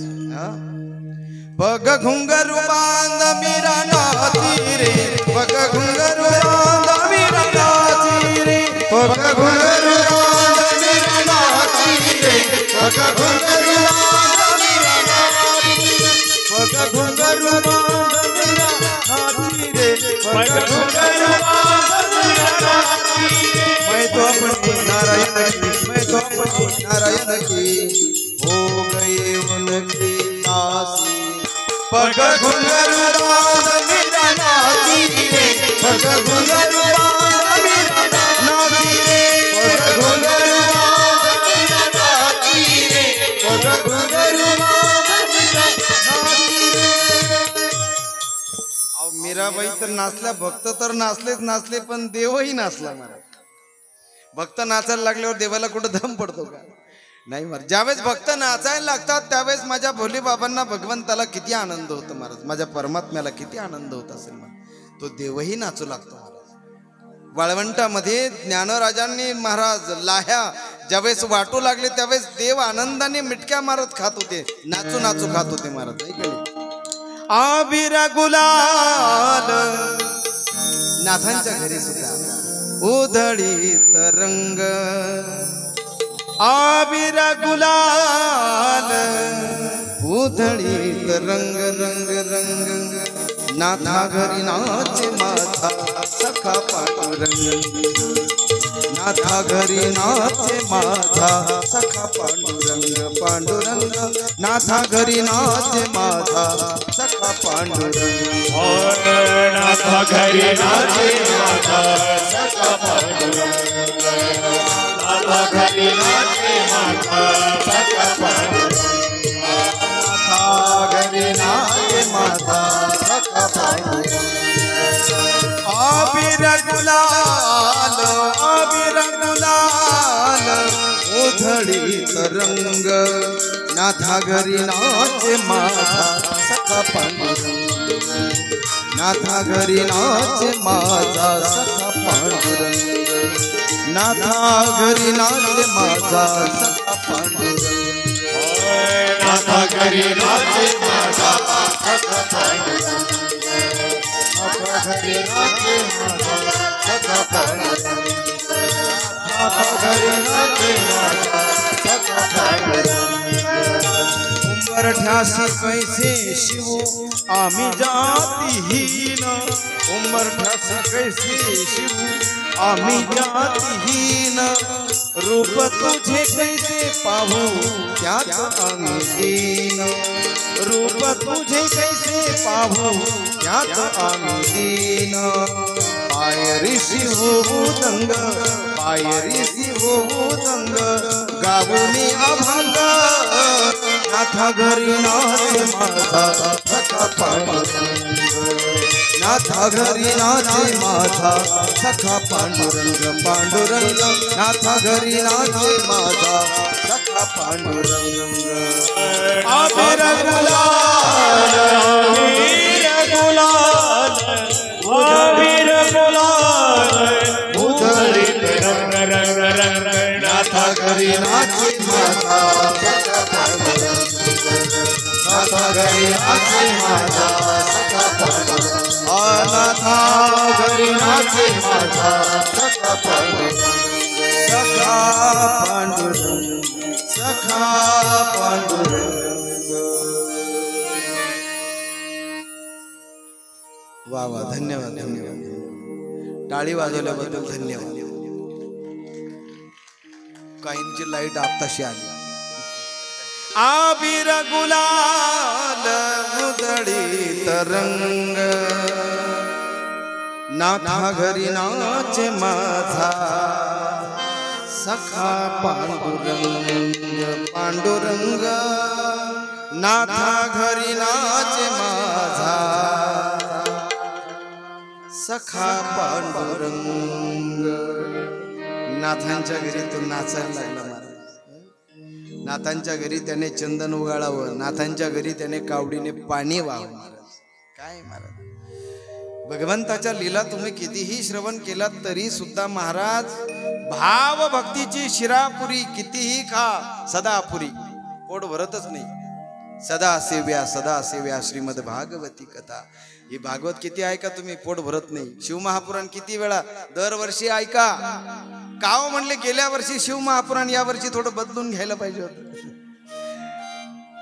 अरे माझ्या ईशान्येश्वराच्या प्रांगणामध्ये इथे त्याचंच वर्णन आम्हाला ऐकायचंय ना कारण ती लिंगाची आम्ही पूजा करतो लिंगाची निर्मिती झाली कशी झाली सर्वात अगोदर या लिंग स्वरूपामध्ये कुणी पूजा केली शिव महापुराणामध्ये कथा आली महाराज परंतु आज आपल्याला अगोदर बिंदुकची कथा पाहिजे त्याच्यामुळे ही कथा मी तुम्हाला उद्या सांगेन लिंग स्वरूपामध्ये भगवान भोलेबाबांचं सर्वात अगोदर पूजन केलं कुणी आणि लिंग स्वरूपामध्ये भगवान भोलेबाबांनी सर्वात अगोदर दर्शन दिलं कधी ही कथा आपण उद्याच्या कथेमध्ये पाहू आपली कथा 10 वाजता बरोबर संपणार आहे मी कालही तुम्हाला सांगितलं तुम्ही लवकर येत जा 7:30ला तुम्ही जर आलात तर आपली 8 वाजता बरोबर कथा सुरू होते पण तुम्ही घरून जर कधी अगदी शतपावली करायला जर येत असाल तर मग 9 नंतरच तुम्ही याल ना असं करू नका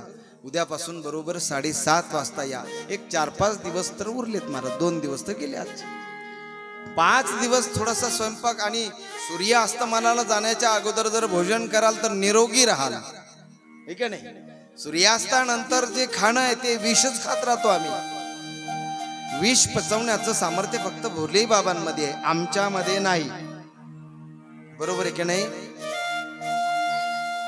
धन्यवाद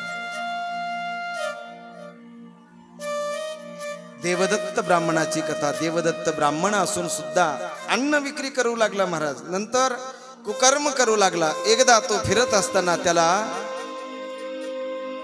समोरून एक सुंदर स्त्री त्याला दिसलेली आणि देवराज ब्राह्मणाची तिची नजरानजर झाली आहे परंतु त्या स्त्रीचं लक्षण जे होतं ना महाराज तिचे जे अंगविक्षेप होते त्याच्यावरून ती नक्कीच कोण असली पाहिजे शिव महापुराणामध्ये उल्लेख आला का ती बाह्य ख्याली म्हणजे ती वेश्या असावी आणि तिने बरोबर त्या देवराज ब्राह्मणाला काय केलेलं आहे महाराज मोहित केलेलं आहे आणि तो देवराज ब्राह्मण त्या ब्राह्मणाचं तिच्यासोबत पतन झालेलं आहे तो कुकर्म करू लागलेला आहे आणि या देवराज ब्राह्मणाच्या वंशाला जाऊन देखील कुकर्म करू लागला.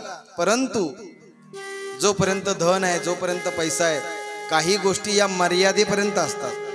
काय काय प्रपंचामध्ये किंवा आयुष्यामध्ये, जीवनामध्ये एक टप्पा असा येतो की त्या टप्प्यावर भगवंत सोडून तुमचं कोणीच असत नाही.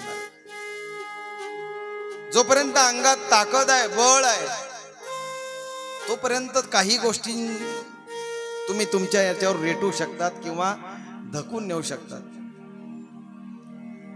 जाऊ द्या, नका हुसकू द्या. जोपर्यंत तुमच्याकडे पैसा आहे तोपर्यंत काही गोष्टी तुम्ही प्राप्त करून घेऊ शकता. पण एकदा धन गेलं, एकदा बळ गेलं आणि एकदा रूप गेलं, या गोष्टींना मर्यादा असतात महाराज. जोपर्यंत रूप आहे ना तोपर्यंतच फक्त तुमचा उदो असतो, तोपर्यंत मान सन्मान असतो. देवराज नावाच्या ब्राह्मणाला नंतर असा प्रसंग आला की सगळं काही संपलेलं आहे. परंतु देवराज ब्राह्मणाने एका शिवालयामध्ये शिव महापुरांची कथा श्रवण केली महाराज. काय भाग्य आहे त्याचं.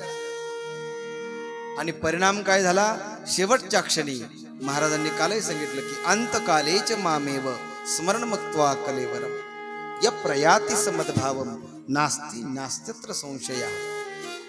त्याच्यात तुम्ही संशय धरू नका. शेवटच्या क्षणी भगवंताचं नाम मुखात आलं रे आलं की त्याने समजावं की आपले आता त्यांचे राहणे कैलासात, तो वैकुंठालाच जाणार. याच पद्धतीने देवराज ब्राह्मणाची गती झाली. याच पद्धतीने कथा आली चंचुलाची आणि बिंदुकची. कोण ही चंचुला आणि बिंदुक.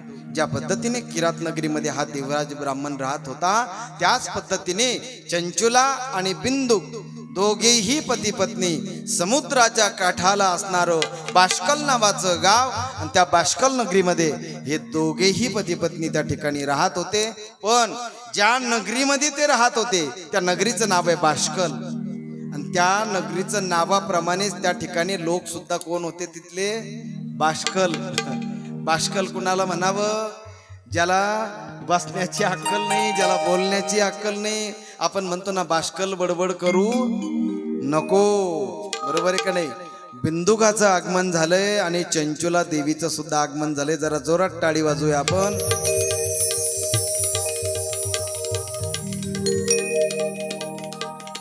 आणि हा बिंदुक आणि चंचुला अशा नगरामध्ये राहत होते की त्या नगराचं नावच बाष्कल आहे.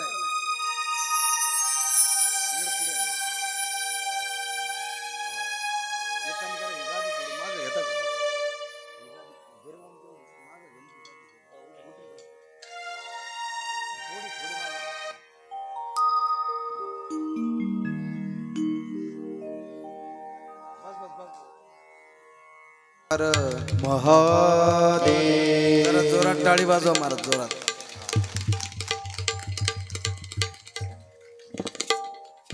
चंचुला पाहते खुर्चीकडं, तिला वाटलं बरं नुसतं जाऊन बसायचं. चंचुला आणि बिंदू बाष्कल नगरीमध्ये राहत आहेत. ती नगरीच अशी महाराज का त्या नगरीमध्ये जवळजवळ 90% नव्हे, बऱ्याच अंशी वाईटच लोक राहतात महाराज. आणि ही बिंदुक आणि चंचुला, हा जो बिंदुक होता ना, याची संगत बिघडली महाराज. बघा तुम्ही, संगतीनेच मनुष्य घडतो आणि संगतीनेच मनुष्य बिघडतो. आणि ज्यावेळेस बिंदुकाची संगत बिघडली त्यावेळेस बिंदुक देखील वेश्यागमन करू लागला. नाना प्रकारच्या स्त्रियांबरोबर तो काय करू लागला, व्यवहार करू लागला महाराज. आणि एक दिवस चंचुला, तशी चंचुला अगोदर पतिव्रता होती महाराज. चंचुला कोण होती, पतिव्रता होती. परंतु चंचुलाने ज्यावेळेस स्वतःच्या डोळ्याने पाहिलेलं आहे की आपला पती हा व्याभिचारी आहे, आपला पती हा अनेक स्त्रियांशी संबंध ठेवतोय, त्यावेळेस ती चंचुला पतिव्रता असून सुद्धा ती चंचुला मनामध्ये विचार करते की आपला पती जर असं वागत असेल तर आपण चांगलं वागण्याची काय गरज आहे. म्हणून चंचुलाचा देखील पाय घसरलेला आहे. आणि चंचुला पतिव्रता होती, ती शक्तिमान. पतिव्रतेची ताकद काय सांगावी महाराज. तो का म्हणे पतिव्रता, तिची देवावरी सत्ता. मंदोदरी पतिव्रता होती म्हणूनच रामप्रभूंना स्वतः लंकेत जावं लागलं. नाहीतर लंकेत जाण्याची गरज नव्हती. इथं बसल्या बसल्या रामप्रभूंनी रावणाला संपवलं असतं. परंतु रावणाची पत्नी 80,000 पत्न्या होत्या रावणाला, परंतु मंदोदरी जी होती ना, मंदोदरी ही पतिव्रता होती. त्या पातिव्रत्यामुळं काय होत होतं, त्या पातिव्रत्याच्या बळावर रावण हा बलशाली होता महाराज. चंचुलाचा पाय घसरला आणि चंचुला सुद्धा विचित्र वागू लागली. नवे अनेक पुरुषांशी ती संबंध ठेवू लागली. कर्मधर्म संयोगाने बिंदुकाचा अंत होते महाराज आणि त्याला नरकाची प्राप्ती होते महाराज. बिंदुकाला नरकाची प्राप्ती झाल्यानंतर चंचुला एकटीच राहते आणि मग नंतर वय वाढत जातं चंचुलाचं. जोपर्यंत सौंदर्य होतं तोपर्यंत अनेक पुरुष तुला विचारत होते. आता सौंदर्य चंचुलाचं संपलेलं आहे, चंचुलाकडचं धनही संपलेलं आहे आणि चंचुलाकडचं सर्व काही ज्यावेळेस हिरावून घेतलं त्यावेळेस चंचुला भ्रमण करते महाराज. आणि भ्रमण करत असताना असं वर्णन आलं, ज्या पद्धतीने देवराज ब्राह्मण प्रतिष्ठानपूरला गेल्यानंतर त्या ठिकाणी त्याचा उद्धार झाला. हे प्रतिष्ठानपूर म्हणजे कोणतं, आजचं पैठण. आजचं जे गौतमी गोदावरीच्या तीरावर जे बसलेलं पैठण आहे, त्या पैठणला जसा देवराज ब्राह्मणाचा त्या ठिकाणी उद्धार झाला महाराज. शेवटच्या क्षणी संतांच्या मुखातून कथा श्रवण करायला मिळाली, शिव महापुराण श्रवण करायला मिळालं आणि देवराज ब्राह्मणाला चांगली गती प्राप्त झाली. त्याच पद्धतीने चंचुलीचाही उद्धार होण्याची वेळ आली महाराज. चंचुला एका गावामध्ये जाते महाराज आणि त्या गावामध्ये जे शिवालय आहे, महादेवाचं मंदिर आहे, त्या मंदिरामध्ये शिव महापुरांची कथा चालू होती. कथाकार सांगत होते महाराज, काय जी कोणी स्त्री पतिव्रता तिचं पातिव्रत्य भंग करते आणि अनेक पुरुषांची संबंध ठेवते, अशा स्त्रीला रवरव नरकामध्ये, घोर अशा नरकामध्ये जाऊन पडावं लागतं. त्या ठिकाणी शिव महापुराण असं सांगतं की त्या ठिकाणी त्या स्त्रीला लोखंडाच्या, पुरुषाचा लोखंडाचा पुतळा लालबुंद केला जातो, तापवला जातो आणि त्या पुतळ्याला, त्या स्त्रीला आलिंगन द्यायला लावतात महाराज. कोण, यमदूत. आणि यमदूत इतके हाल करतात त्या स्त्रीचे आणि हे सगळे कथाकार सांगत असतात. आणि कथाकार त्या कथांमधून सांगत असताना चंचुला मंदिराच्या बाहेर एका खांबाला टेकून ही सगळी कथा ऐकत असते. आणि ती कथा ऐकल्यानंतर चंचुलाला सगळं पाप आठवतंय की आपण काय काय पाप केलेलं आहे. हजारो पुरुषांशी आपण संबंध ठेवलेत, किती पाप केले. आणि त्यावेळेस चंचुला डोळ्यातून घळघळ अश्रू यायला लागले. चंचुलाला वाटतंय आता एक लक्षात घ्या, पश्चातापाचा अग्नी सुद्धा मनुष्याला पवित्र करू शकतो, पण तो पश्चाताप तरी आला पाहिजे. तो सगळ्यांना येत नाही. काही गेंड्याच्या कातळ्याचे लोक असतात, त्यांना काही जरी बोललं तरी परिणाम होत नाही. परंतु संतांचा संग लाभलेले जी माणसं असतात, जी महापुरुष असतात महाराज, त्यांच्यात मात्र ते बदल करून घेतात. आज चंचुलाने शिवकथा ऐकलेली आहे आणि शिवकथेचे शब्द शरीरामध्ये म्हणजे हृदयरूपी मंदिरात गेल्यानंतर शरीर पवित्र व्हायला लागलं महाराज. आणि चंचुला मनामध्ये विचार करते, तिच्या डोळ्यासमोर केलेलं कर्म महाराज सगळं आलेलं आहे, ते पाप कर्म आलेलं आहे आणि चंचुला दुःखी झालेली आहे. चंचुला विचार करते की आता या पापातून मुक्त होण्यासाठी कोण आपल्याला मुक्त करेल, कोण आपल्याला मुक्त करेल. म्हणून चंचुला कथा संपल्यानंतर सगळे लोक कथाकाराचं दर्शन करून निघून गेले. आणि ज्यावेळेस कथाकार एकटेच होते महाराज, त्यावेळेस चंचुला येते आणि त्या कथाकारांना नमन करते महाराज. नमन केल्यानंतर कथाकार तिला म्हणतात, ते आईसाहेब आपण कुठून आलात, सगळी विचारपूस करतात. त्यावेळेस तिच्या डोळ्यातील अश्रू पाहतात आणि ती कथाकार तिला विचारतात, कथेचे प्रवक्ते तिला विचारतात की माता तुम्हाला रडायला काय झालं. त्यावेळेस चंचुला सगळा इतिहास सांगते, मी असं असं कुकर्म केलेलं आहे, माझ्याकडनं असं असं घडलंय, सांगा मी याच्यातून मुक्त होईल का. त्यावेळेस ते कथाकार हसतायत, ते म्हणतायत तू असा प्रश्न केला माते, तू याच्यातून मुक्त होशील अशी मी तुला 100% नाही 101% तुला काय देतो, खात्री देतो. त्यावेळेस चंचुला म्हणते तुम्ही कुणाच्या भरोश्यावर खात्री देताय. त्यावेळेस भोलेबाबांच्या मंदिराकडे पाहून हात करून तो म्हणतो, या भोलेबाबाच्या भरोश्यावर, या शिवशंकराच्या भरोश्यावर मी तुला शब्द देतोय. आतापर्यंत मी कथा केला या वाणीने तुला शब्द देतोय चंचुला की तू नक्की तू याच्यातून मुक्त झाल्याशिवाय राहणार. चंचुलाला आनंद होतोय. चंचुला म्हणते पुन्हा पुन्हा प्रणिपात करते कथाकारांना आणि विनंती करते, कथाकार सांगा महाराज मी काय केलं पाहिजे. त्यावेळेस ते कथाकार सांगतात की तू फक्त एकच काम कर. काय? तू फक्त भगवान शिवाचं भजन कर. आणि आता ही जी कथा आहे ना शिव महापुरांची, ही कथा तू ऐक, श्रवण कर. कारण ही कथा ज्यावेळेस तू श्रवण करशील ना त्यावेळेस तुझा देह पवित्र होईल. ज्यावेळेस तुझा देह पवित्र होईल त्यावेळेस तुझी वाणी सुद्धा काय होईल?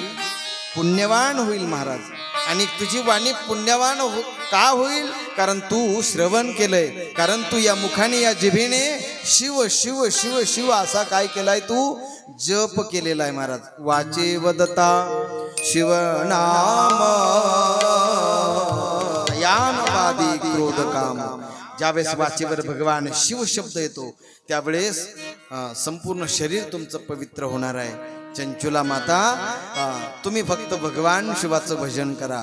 आणि चंचुला महाराज भजनाला लागलेले आहे. संपूर्ण शिव महापुराण तिने श्रवण केलेलं आहे. आणि काय चमत्कार आहे, ज्यावेळेस चंचुलाचा अंतकाळ आलेला आहे महाराज आणि मुखामध्ये शिवाचं भजन चाललेलं आहे त्यावेळेस यमाचे यमदूतही आलेले आहेत आणि शिवलोकातून कैलासातून शिवदूत सुद्धा आलेले आहेत. दोघांचा वाद चाललेला आहे. काहींनी पाप कर्म केलेलं आहे. त्यावेळेस शिवदूत सांगतात की शेवटच्या क्षणी तिने भगवान भोलेबाबांची सेवा केली आहे. भगवान भोलेबाबांचं भजन केलंय. भगवान भोलेबाबांचं शिव महापुराण तिने ऐकलंय. आणि शिव महापुराण ज्याने श्रवण केलं तो कितीही महापापी जरी असला तरी सुद्धा त्या पापातून तो मुक्त होतो. एवढी ताकद या शिव महापुराणामध्ये आहे महाराज. आणि त्यामुळे तुम्ही या चंचुलाला तुम्ही यमपुरीमध्ये तुम्ही नेऊ शकत नाही. यमदूतांना मागे केलेलं आहे आणि शिवदूतांनी दिव्य अशा विमानामध्ये चंचुलेला बसवलेलं आहे. आणि चंचुलेला सर्व शिवदूत त्या विमानामध्ये बसवून कुठे घेऊन चाललेले आहेत? कैलासामध्ये घेऊन चालले आहेत. शिवलोकामध्ये कैलासामध्ये ज्यावेळेस ते विमान उतरलं चंचुला पाहते की किती मी भाग्यवान आहे. एवढा मी पापकर्म केलं पण तरी सुद्धा मला दिव्य अशी प्राप्ती झाली. भगवान भोले बाबांना तिने लांबूनच पाहिलं महाराज. धन्य झाली. ती म्हटली या नेत्राने भगवान भोले बाबा मला पाहायला मिळतात. त्यांचं दर्शन करायला मिळालं. जवळ गेली चंचुला विमानातून उतरून आणि धाड दिशी भगवान भोले बाबांच्या चरणावर कोसळले. पार्वती मैया शेजारी बसलेल्या आहेत. पार्वती मैयाच्या डोळ्यामध्ये सुद्धा अश्रू येत आहेत. चंचुले उठ, चंचुले उठ. चंचुलेला उठवलेला आहे. चंचुला म्हणते, चंचुला रडायला लागली. मी एवढं पापकर्म केलं तरी सुद्धा आज मला कैलास पाहायला मिळतोय नवे नवे. माझे माता पिता पार्वती मैया तुम्ही आणि भगवान भोले बाबा तुमचं मला साक्षात दर्शन झालेलं आहे. काय भाग्य आहे माझं. त्यावेळेस पार्वती मैया जवळ बसवते महाराज. चंचुला भगवान भोले बाबांचं पार्वती मैयाचं दर्शन घेते आणि त्या चंचुलेचं भाग्य बघा कसं का ती पार्वतीची नंतर सखी बनलेली आहे महाराज. काय बनलेली आहे? सखी बनलेली आहे. भगवान भोले बाबा आशीर्वाद देतात चंचुलेला. चंचुला जो कोणी मला शरण येतो ना तर त्याचा मी उद्धार केल्याशिवाय सोडत नाही. मग तो कोणी असू द्या. त्यावेळेस चंचुला हात जोडते, प्रणिपात करते आणि चंचुला पार्वतीची सखी बनते महाराज. पार्वतीची सखी बनल्यानंतर बसून घ्या, बसून घ्या. टाळी वाजवा महाराज दोघांसाठी. पार्वतीची मैत्रीण बनते आणि चंचुलेला आठवण येते. कुणाची? आपल्या पतीची. आणि पतीची आठवण आल्यानंतर चंचुला पार्वती माताचे पाय चेपता चेपता म्हणजे पाय दाबता दाबता विचारते, माता मला एक विचारावं वाटतं. बोल चंचुला बोल. माझी एक इच्छा आहे की माझे पतिदेव आत्ता या क्षणाला कुठे आहेत. त्यावेळेस पार्वती मैया नेत्र बंद करतायत आणि सांगतायत, चंचुले आता सध्या तुझा पती विंध्याचलाच्या पर्वत रांगांमध्ये बर्फाच्छादित त्या पर्वत रांगांमध्ये पिशाच बनून फिरतोय. त्याला खाण्यासाठी, त्याला पिण्यासाठी त्या ठिकाणी जे पाणी आहे ते पाणी तो पिऊ शकत नाही, ते अन्न तो खाऊ शकत नाही, झाडांची सुंदर सुंदर फळं तो खाऊ शकत नाही. कारण पिशाच्य योनीचं जे खाणं आहे ना ते खाणं कोणतं आहे? पिशाच्य योनीचं खाणं म्हणजे आपण जे काही फेकून दिलेलं अन्न असतं ना, किंवा दुर्गंधीयुक्त अन्न असतं ना, ते पिशाच्याचं खाणं आहे. लक्षात घ्या, ज्या अन्नातून दुर्गंधी येते ना तरी सुद्धा तुम्ही मसाले मारू मारू खाता ना, ते पिशाच्याचं खाणं आहे. कुणाचं खाणं आहे? पिशाच्याचं. पाणी कोणतं लागतं? पिशाच्याला. भूताला जे पाणी लागतं ना महाराज, ते पिशाच्याला जे पाणी लागतं ते पाणी कोणतं लागतं?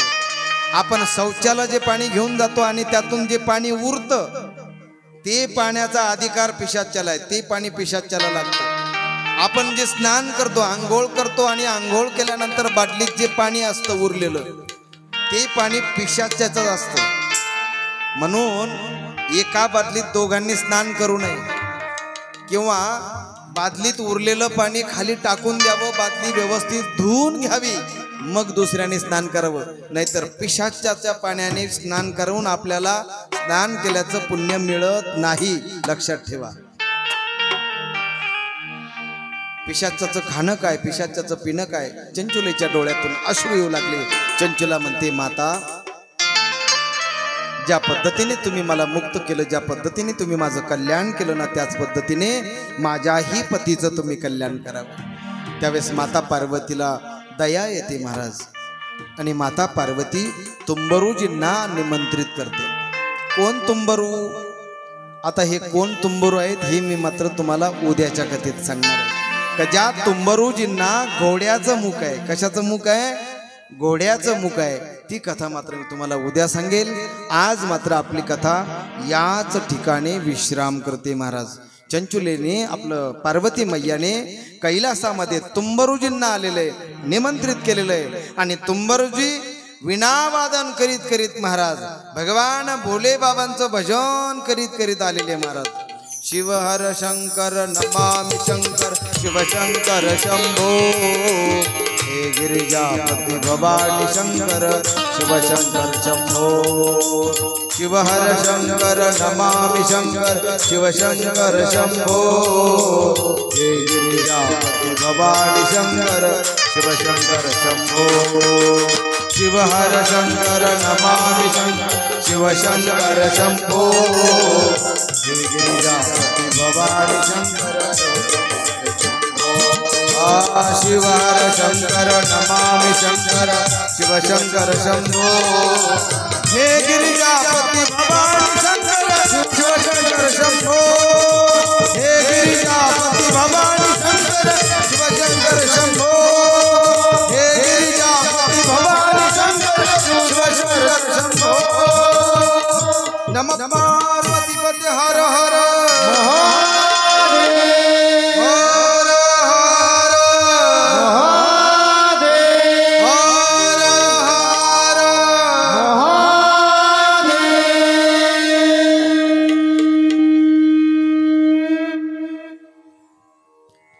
सर्वांना विनंती आहे, आरतीसाठी जागेवर सर्वांनी उभं राहा.